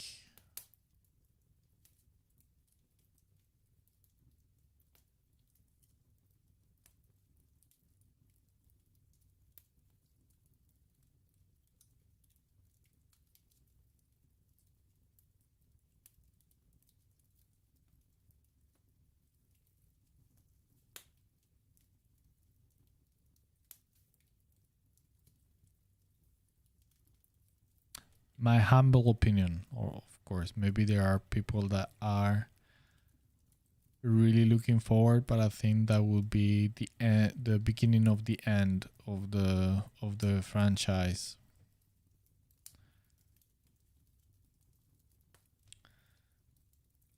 Gathering Wolves. Wow, that was a long time. Do you have a Discord yet? Yes, we do.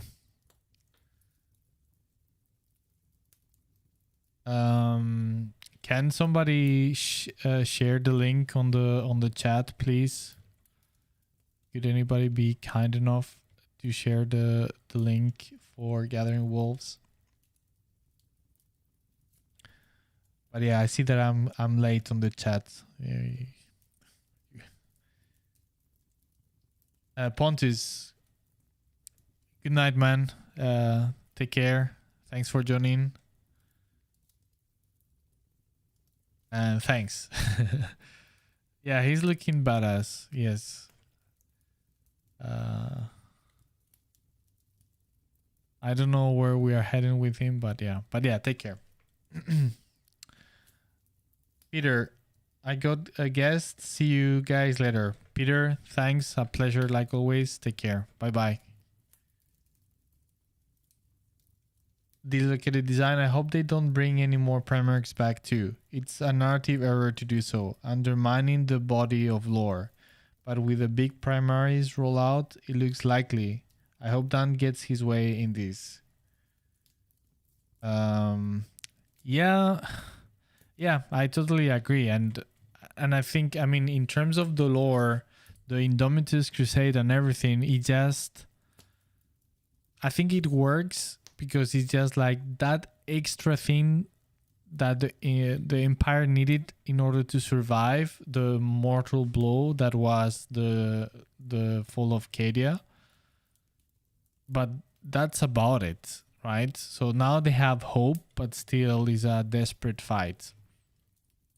And if they keep it that way, then it's gonna be still a new status quo, but nothing really changed in that scope of the narrative.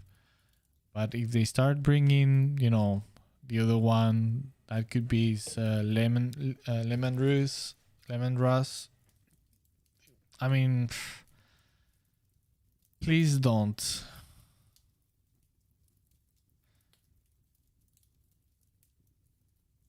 I mean, if you think about, like, with all the such a big part of the lore with the Dark Angels regarding their secrets and all of that, as soon as you bring the Primarch, I mean, all of that goes to hell.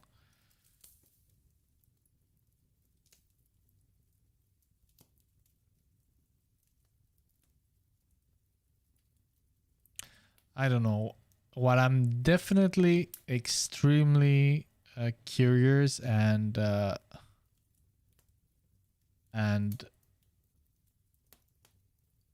honestly flabbergasted is with the revelation done on the latest book by Darren Abnett in the great scale of things. I'm not gonna say anything about it, so to avoid spoilers. But there is a huge reveal at the end of the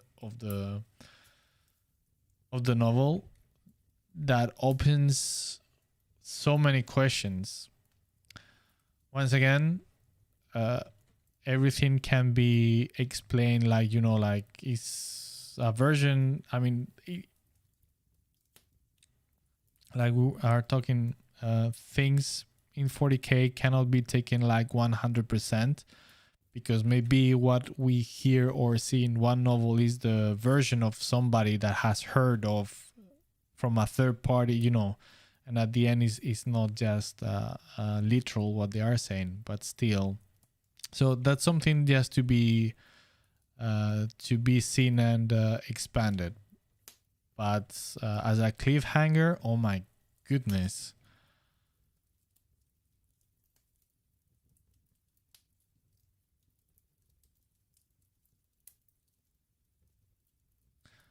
Well, I guess the only thing that I can say, and there is no spoiler whatsoever, but if anybody has been following the Eisenhorn and the Ravener novels,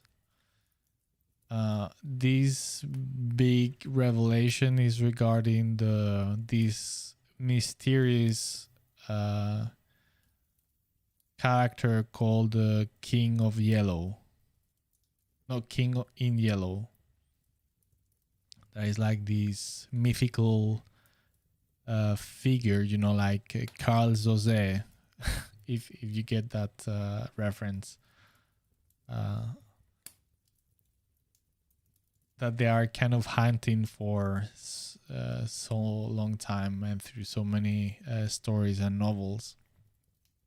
So there is a little bit a relation regarding that character, and he's like, what?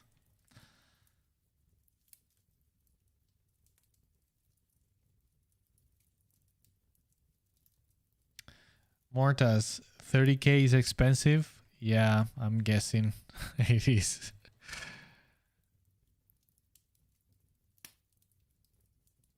I guess it is.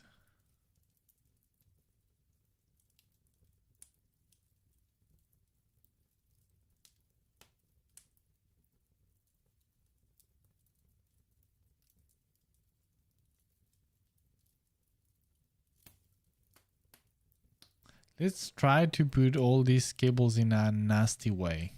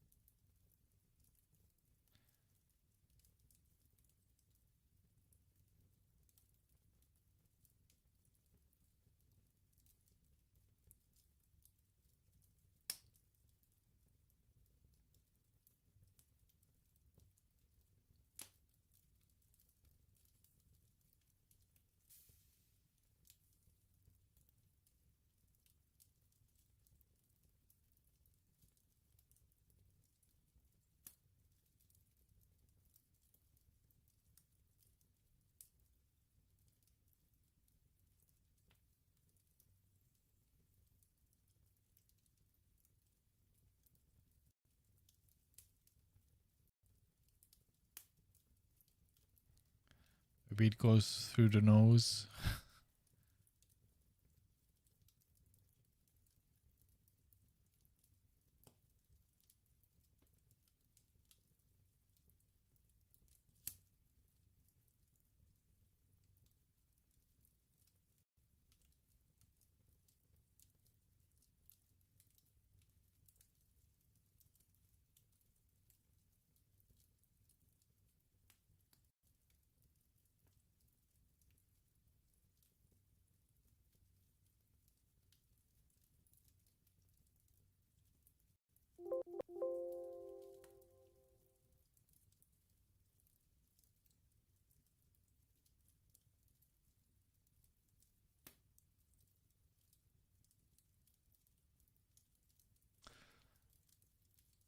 Also, should he have some kind of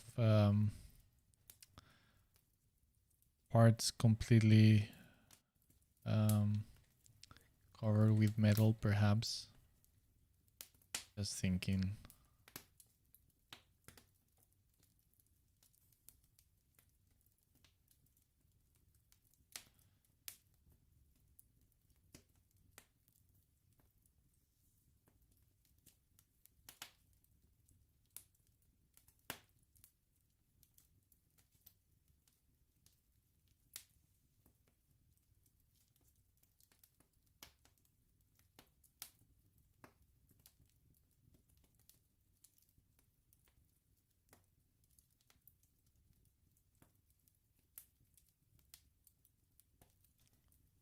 Gathering walls. Pontus hooked me up. Okay, fantastic.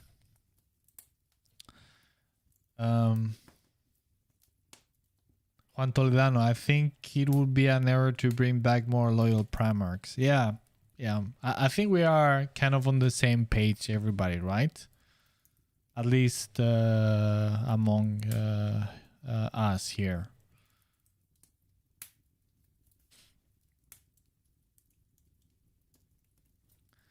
I mean, and to me, it's like, if the argument is just from the game point of view, just to be able to play those characters, once again, I mean, you can play them,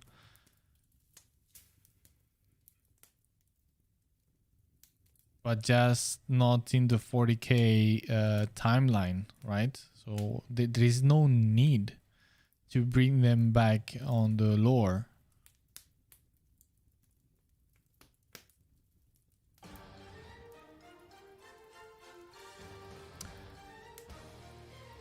Celebrimbor, thanks for the subscription. Thank you. And I don't know if you are looking the stream, but thanks. Much appreciated. Luis, hello. Muy buenas, hombre. Bienvenido. It's always a great pleasure to have you, Luis. Very happy to see you here. I'm so busy last weeks, but finally I'm here. Congrats for your work in Love, Death and Robots. I'm guessing I'm guessing in what episode you have worked on. I guess you put your style on villains headhunters, right? Hi everybody. Uh yes, I worked on the episode of called Snow on the desert, or in the snow in on desert. I can't recall exactly the title, but yeah, I worked on that one. But yeah, thanks. It's been very exciting yesterday with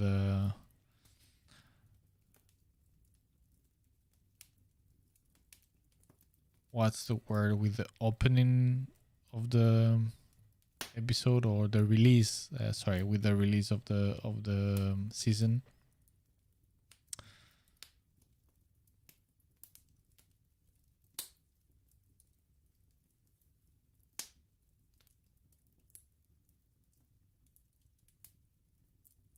How are you? So you've been very busy. We've been missing you, Luis. But I hope that you are doing fine. And as I said, very happy to see you around.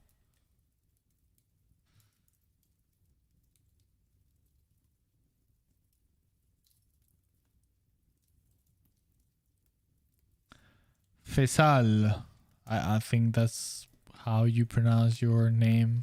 Sorry. Yeah, the second season was short, just 8 episodes. Yeah, I haven't. I just have seen the one that I worked with because yeah, I've been very busy as well. So I will try to find the time to continue watching the whole season. But yeah, that's a little bit of a shame. But at the same time, yeah, who knows? I mean, doing these things takes such a long time. So maybe they had some issues finding the proper studios to work on it. I don't know, but yeah, it is a shame. Um, but who knows? Maybe there is, and I have no idea about that. But who knows? Maybe there is a second release at some point, like they do with some series that they release half of the season, and then they wait a little bit, and then they release the second part of that season. Somehow I doubt it, but yeah, who knows?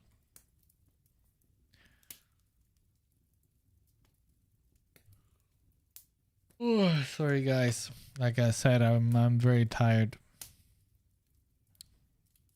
So maybe we can leave it here today actually. And I'm also, I mean, we mentioned that yeah, he is supposed to be kind of demon, elevated to demon to some degree, so we need to add some chaotic corruption, some level of it. I still don't know what could that be.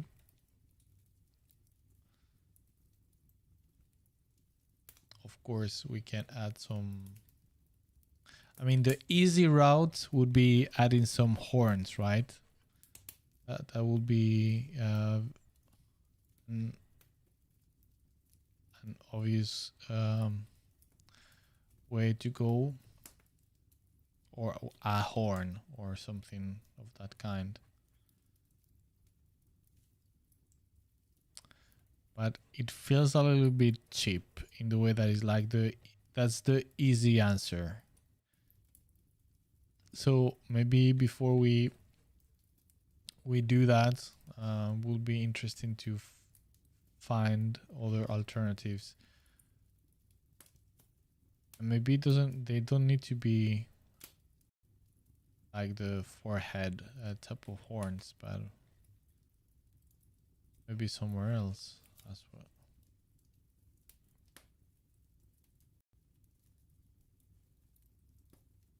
Do you guys know if the Iron Warriors, they have some kind of mythical creature from their homeworld Olympia, like something that they relate to, or because maybe something like that could give us some ideas.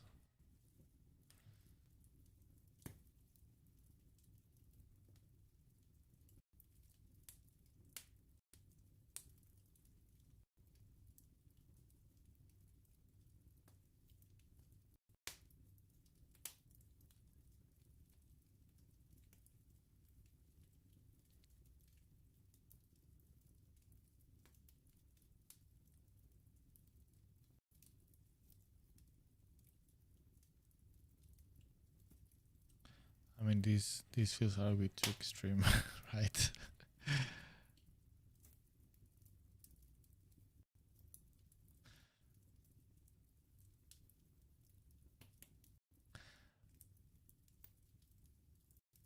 I mean,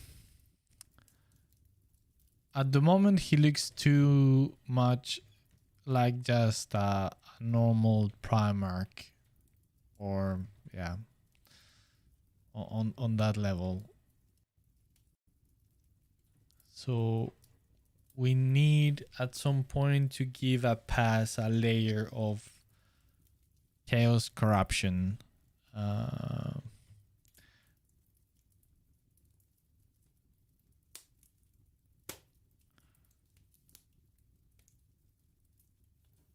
and also something fitting.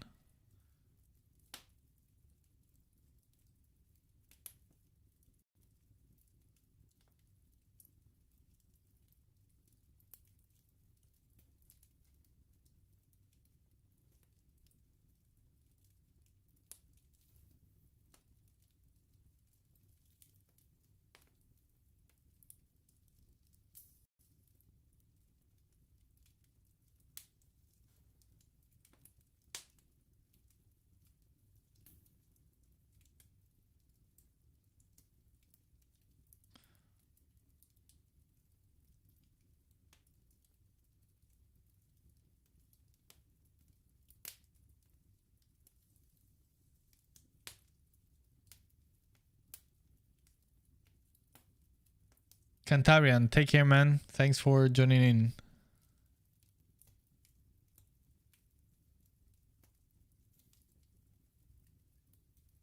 Luis, I'm fine. Thanks a lot. Next week, I will try to stay from the beginning of your stream. All right. Well, I mean, you are more than welcome, and I will be very pleased if you do so.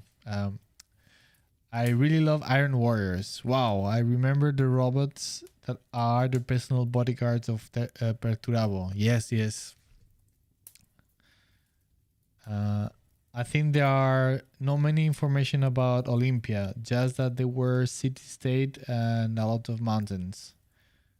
Wait, it's Perturabo? I'm currently working on Iron Wars and Death Guard armies. Yes, that was... we started today's stream with just like, let's do some random sketch. And I just throw the question just if there was any suggestions for something to do, and I think Peter was or suggested just to do a version of demon hooded oh my goodness, demon elevated type of stage for Perturabo, since there hasn't been any descriptions or anything about that. So that's kind of the idea. So I'm kind of building it layer by layer. So that's what I was saying, that at this point it might look just too normal, so to speak. But yeah, we would need to add some kind of more corrupted or something design layer at some point. But yeah, he's supposed to be perturable.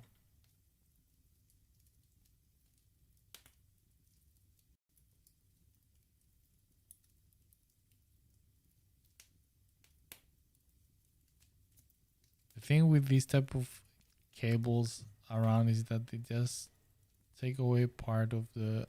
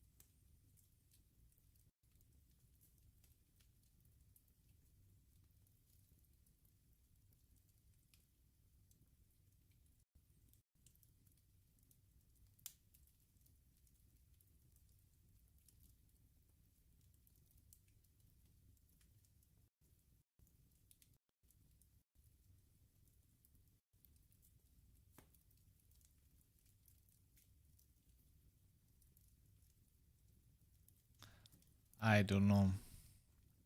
I think there is yeah, plenty of work to be done in order to figure this out. And I don't think I'm up for the task for, now. I'm kind of tired. Um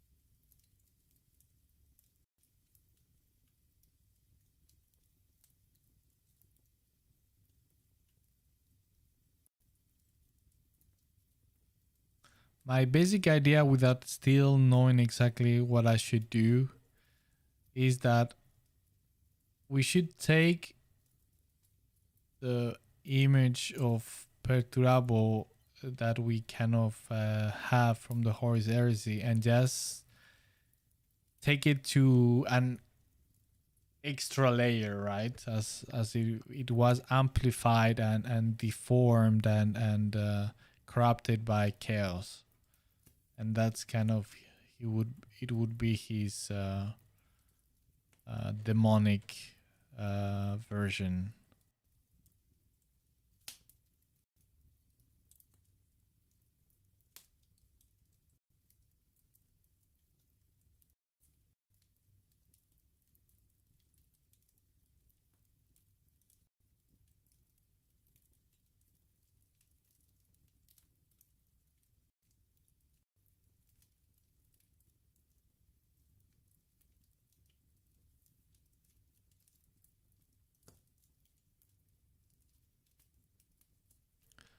Or would it be perhaps like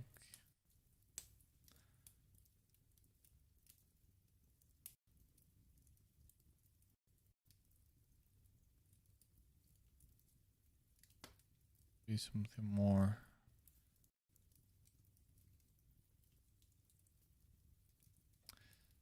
difficult to say?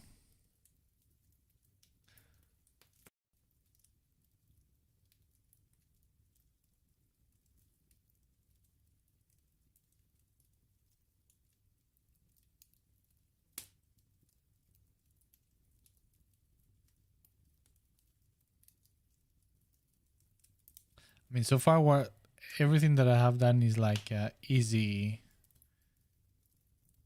direction, so to speak. But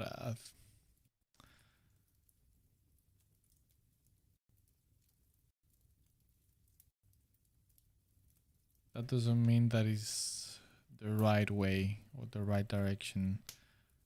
Um,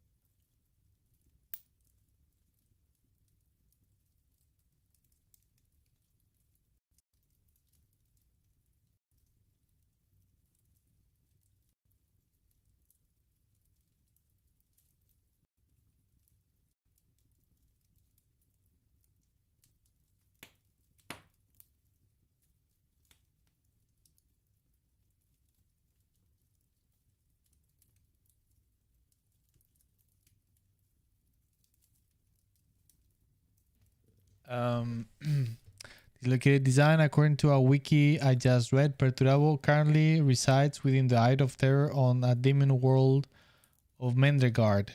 Yes, exactly. So that's kind of, that was my point from the beginning. Is like we have no information about what's happening with him, but we know that he's on the Eye of Terror, and he obviously would be affected by the corruption of chaos. So even though he might have not been elevated to a demon prince by any of the chaos gods, maybe he just remain a Primarch, but still affected by chaos in that way. So I mean, yeah. So my take a little bit of for him would be from a visual standpoint or art direction would be something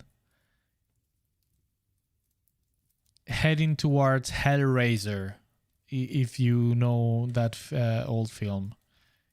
You know, kind of that type of direction.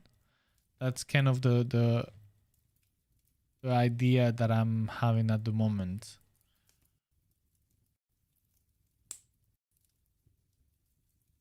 Still not sure how to translate that into his design, but at least that's kind of the kind of idea that I have. And of course that still fits within the character and the 40k universe, right? But of course I'm doing that everything from head. I will need to find some proper references and get some inspiration, but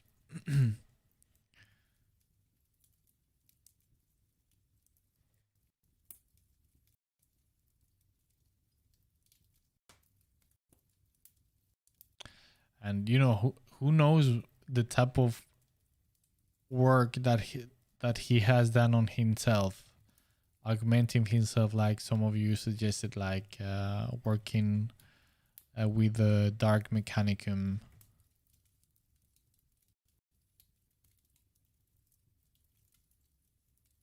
So maybe he's not elevated to Diamondhood in that way, but he has reached another level above just Primarch thanks to those augmentations. So that could be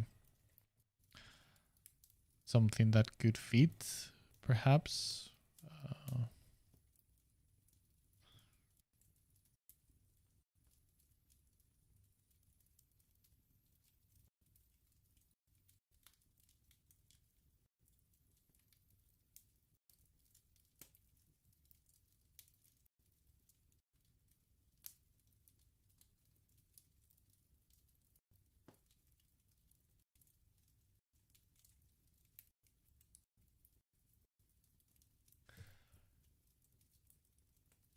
Gathering Wolves. Have a good night, everybody. I'm off to get some lunch. See you next week, Miguel. Have a good one, everybody. Thanks a lot, man. Was awesome to see you back.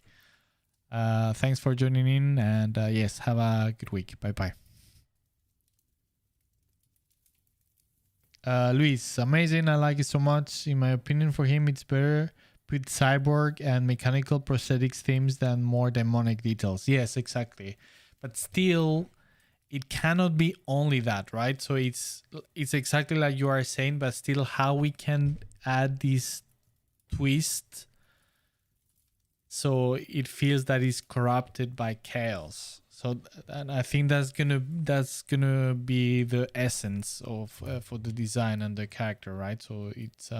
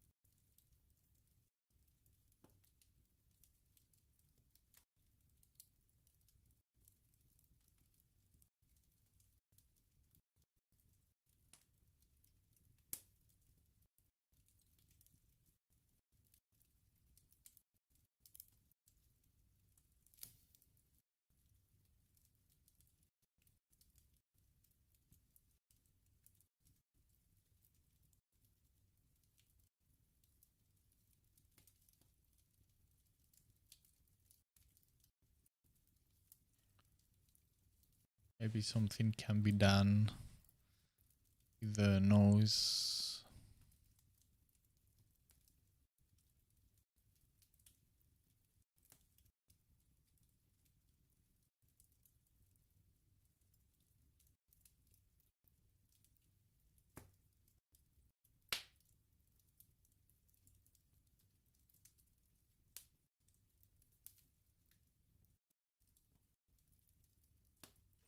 I mean, before I removed him the nose completely, it could be, you know,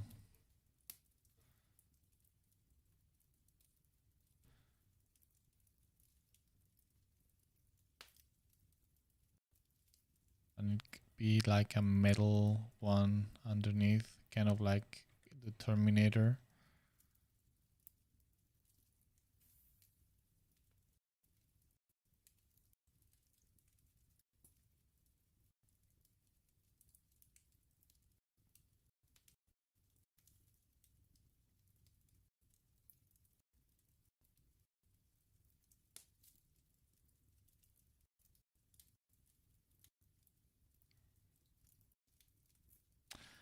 Somehow I'm not sure.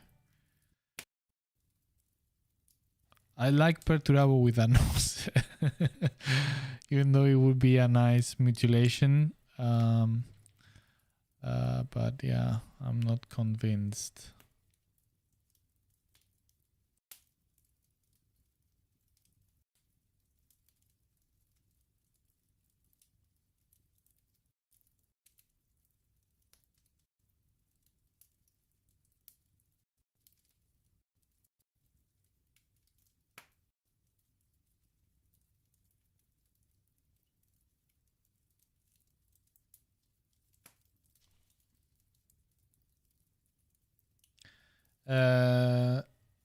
David or David, do you usually use references for the lighting? Yeah, I tend to. Yes, it depends, but yeah, it depends on how realistic I want to go, or if I don't have a specific idea. But yeah, I normally work with references. Now I'm just how do you say sketching, so it's I'm not, but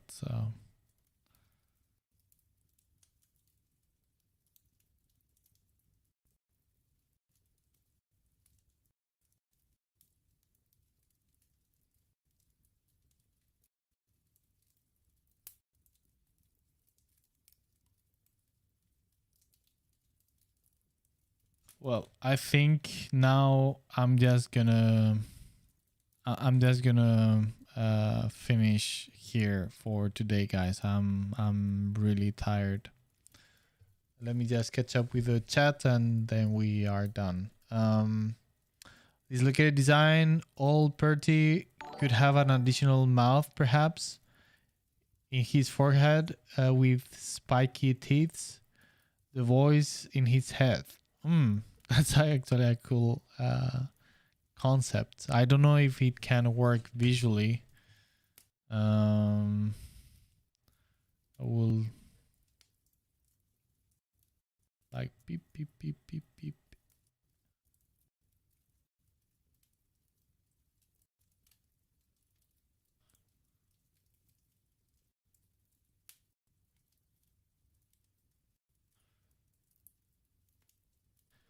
But now that remind me, I mean, completely unrelated to what you mentioned, but like a more Frankenstein look, you know, that might be interesting.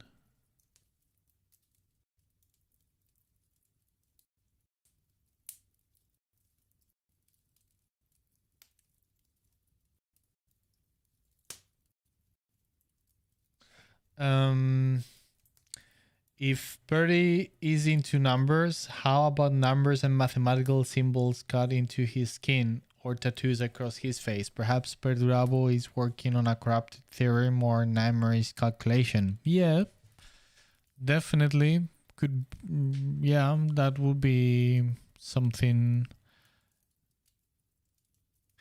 The only thing that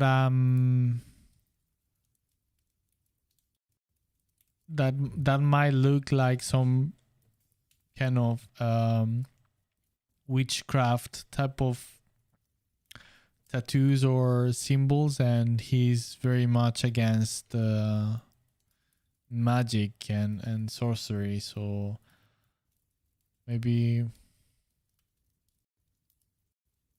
it's better to stay away from something like that. I don't know, but it's definitely a good idea. Luis, it's challenging. Demonish details, but with a maybe non-traditional demon design element. I'm agree with Hellraiser vibes and more complicated also with only a portrait. So amazing your process. Well, thanks. I don't know. I'm just starting with the head, but who knows? I mean, we can continue later on with the rest of the body. But just I like to conceptualize these type of things with the head. I really enjoy, and it's challenging as well.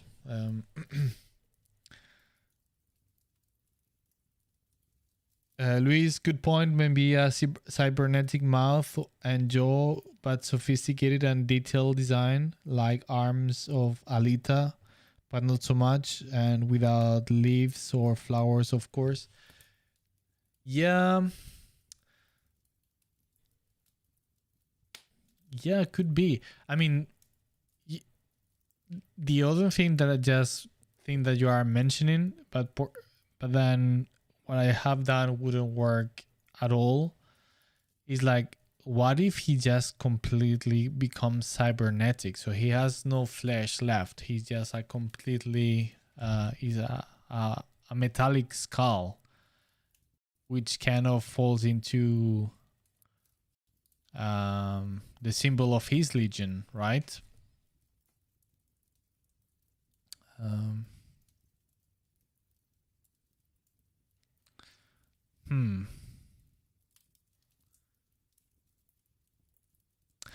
Maybe.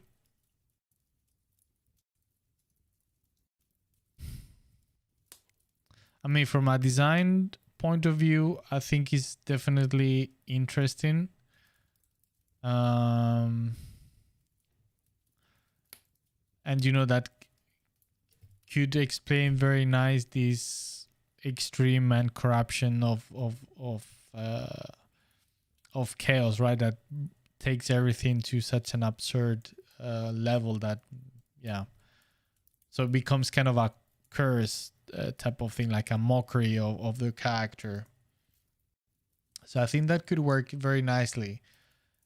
But maybe instead of going that extreme, for the sake of keeping a little bit of this more classical approach to a Primarch, whatever that might be, obviously. But maybe another alternative is trying to make him look more like a skull, but still without being completely metal.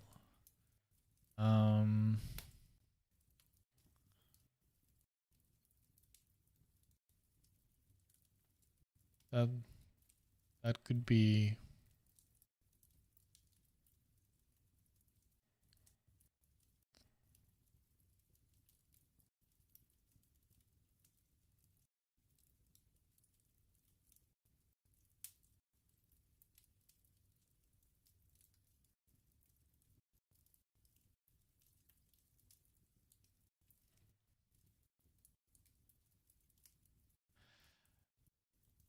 The problem I might see with something like that is that it becomes a cyborg, but not a Primarch. You see what I mean? Of course, I'm just like doing that very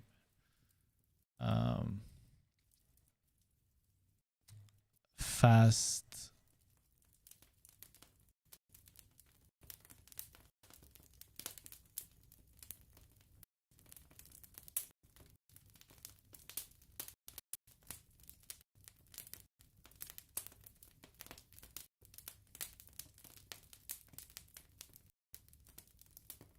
and then the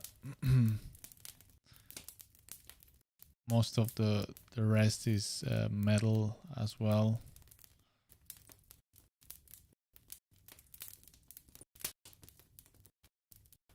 But then he just becomes some kind of cyborg, and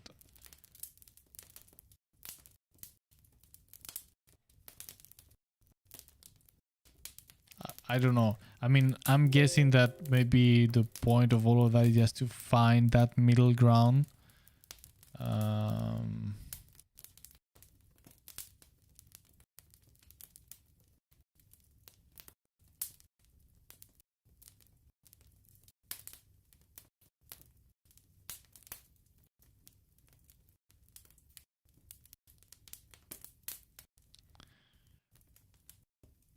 But I mean, as a idea and more focus on the lore, I could definitely see this as a way for him to ending up looking, right?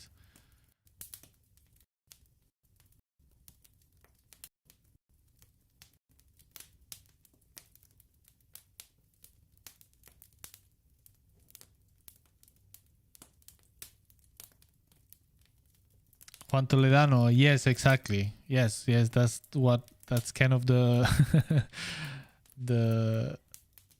the challenge that we are trying to that we are engaged with.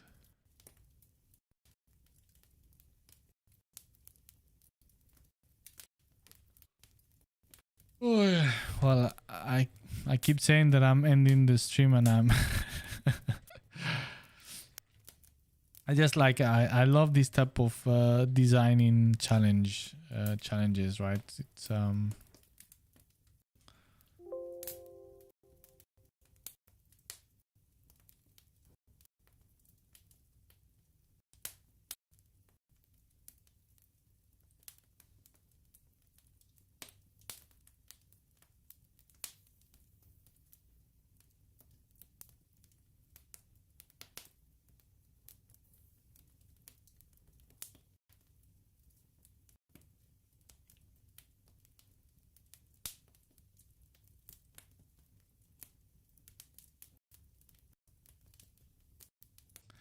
I'm pretty sure I can find a way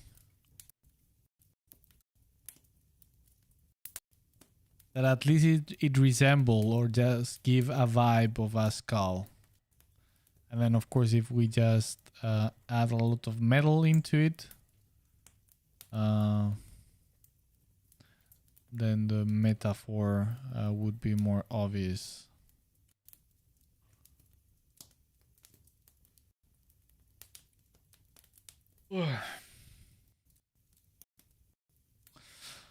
Well, all right, guys. Now for good, I'm just gonna leave it there. But thanks a lot for all the ideas, and it's like a lot of interesting ideas to explore for next time. Yeah, maybe next time we continue with the barbarian illustration. I don't know, but I mean, definitely to continue at some point. But yeah, thanks a lot everybody for joining. It's been always a pleasure, like always. And yeah, hopefully see you next week, same day, Saturday, same time. Please take care of yourself, stay healthy. Please, I'm hearing a lot of scary stories around my circle of people. So please stay safe and healthy. Have fun, take care, and see you next week, all right? And once again, thanks for joining and passing by. Take care. Bye-bye.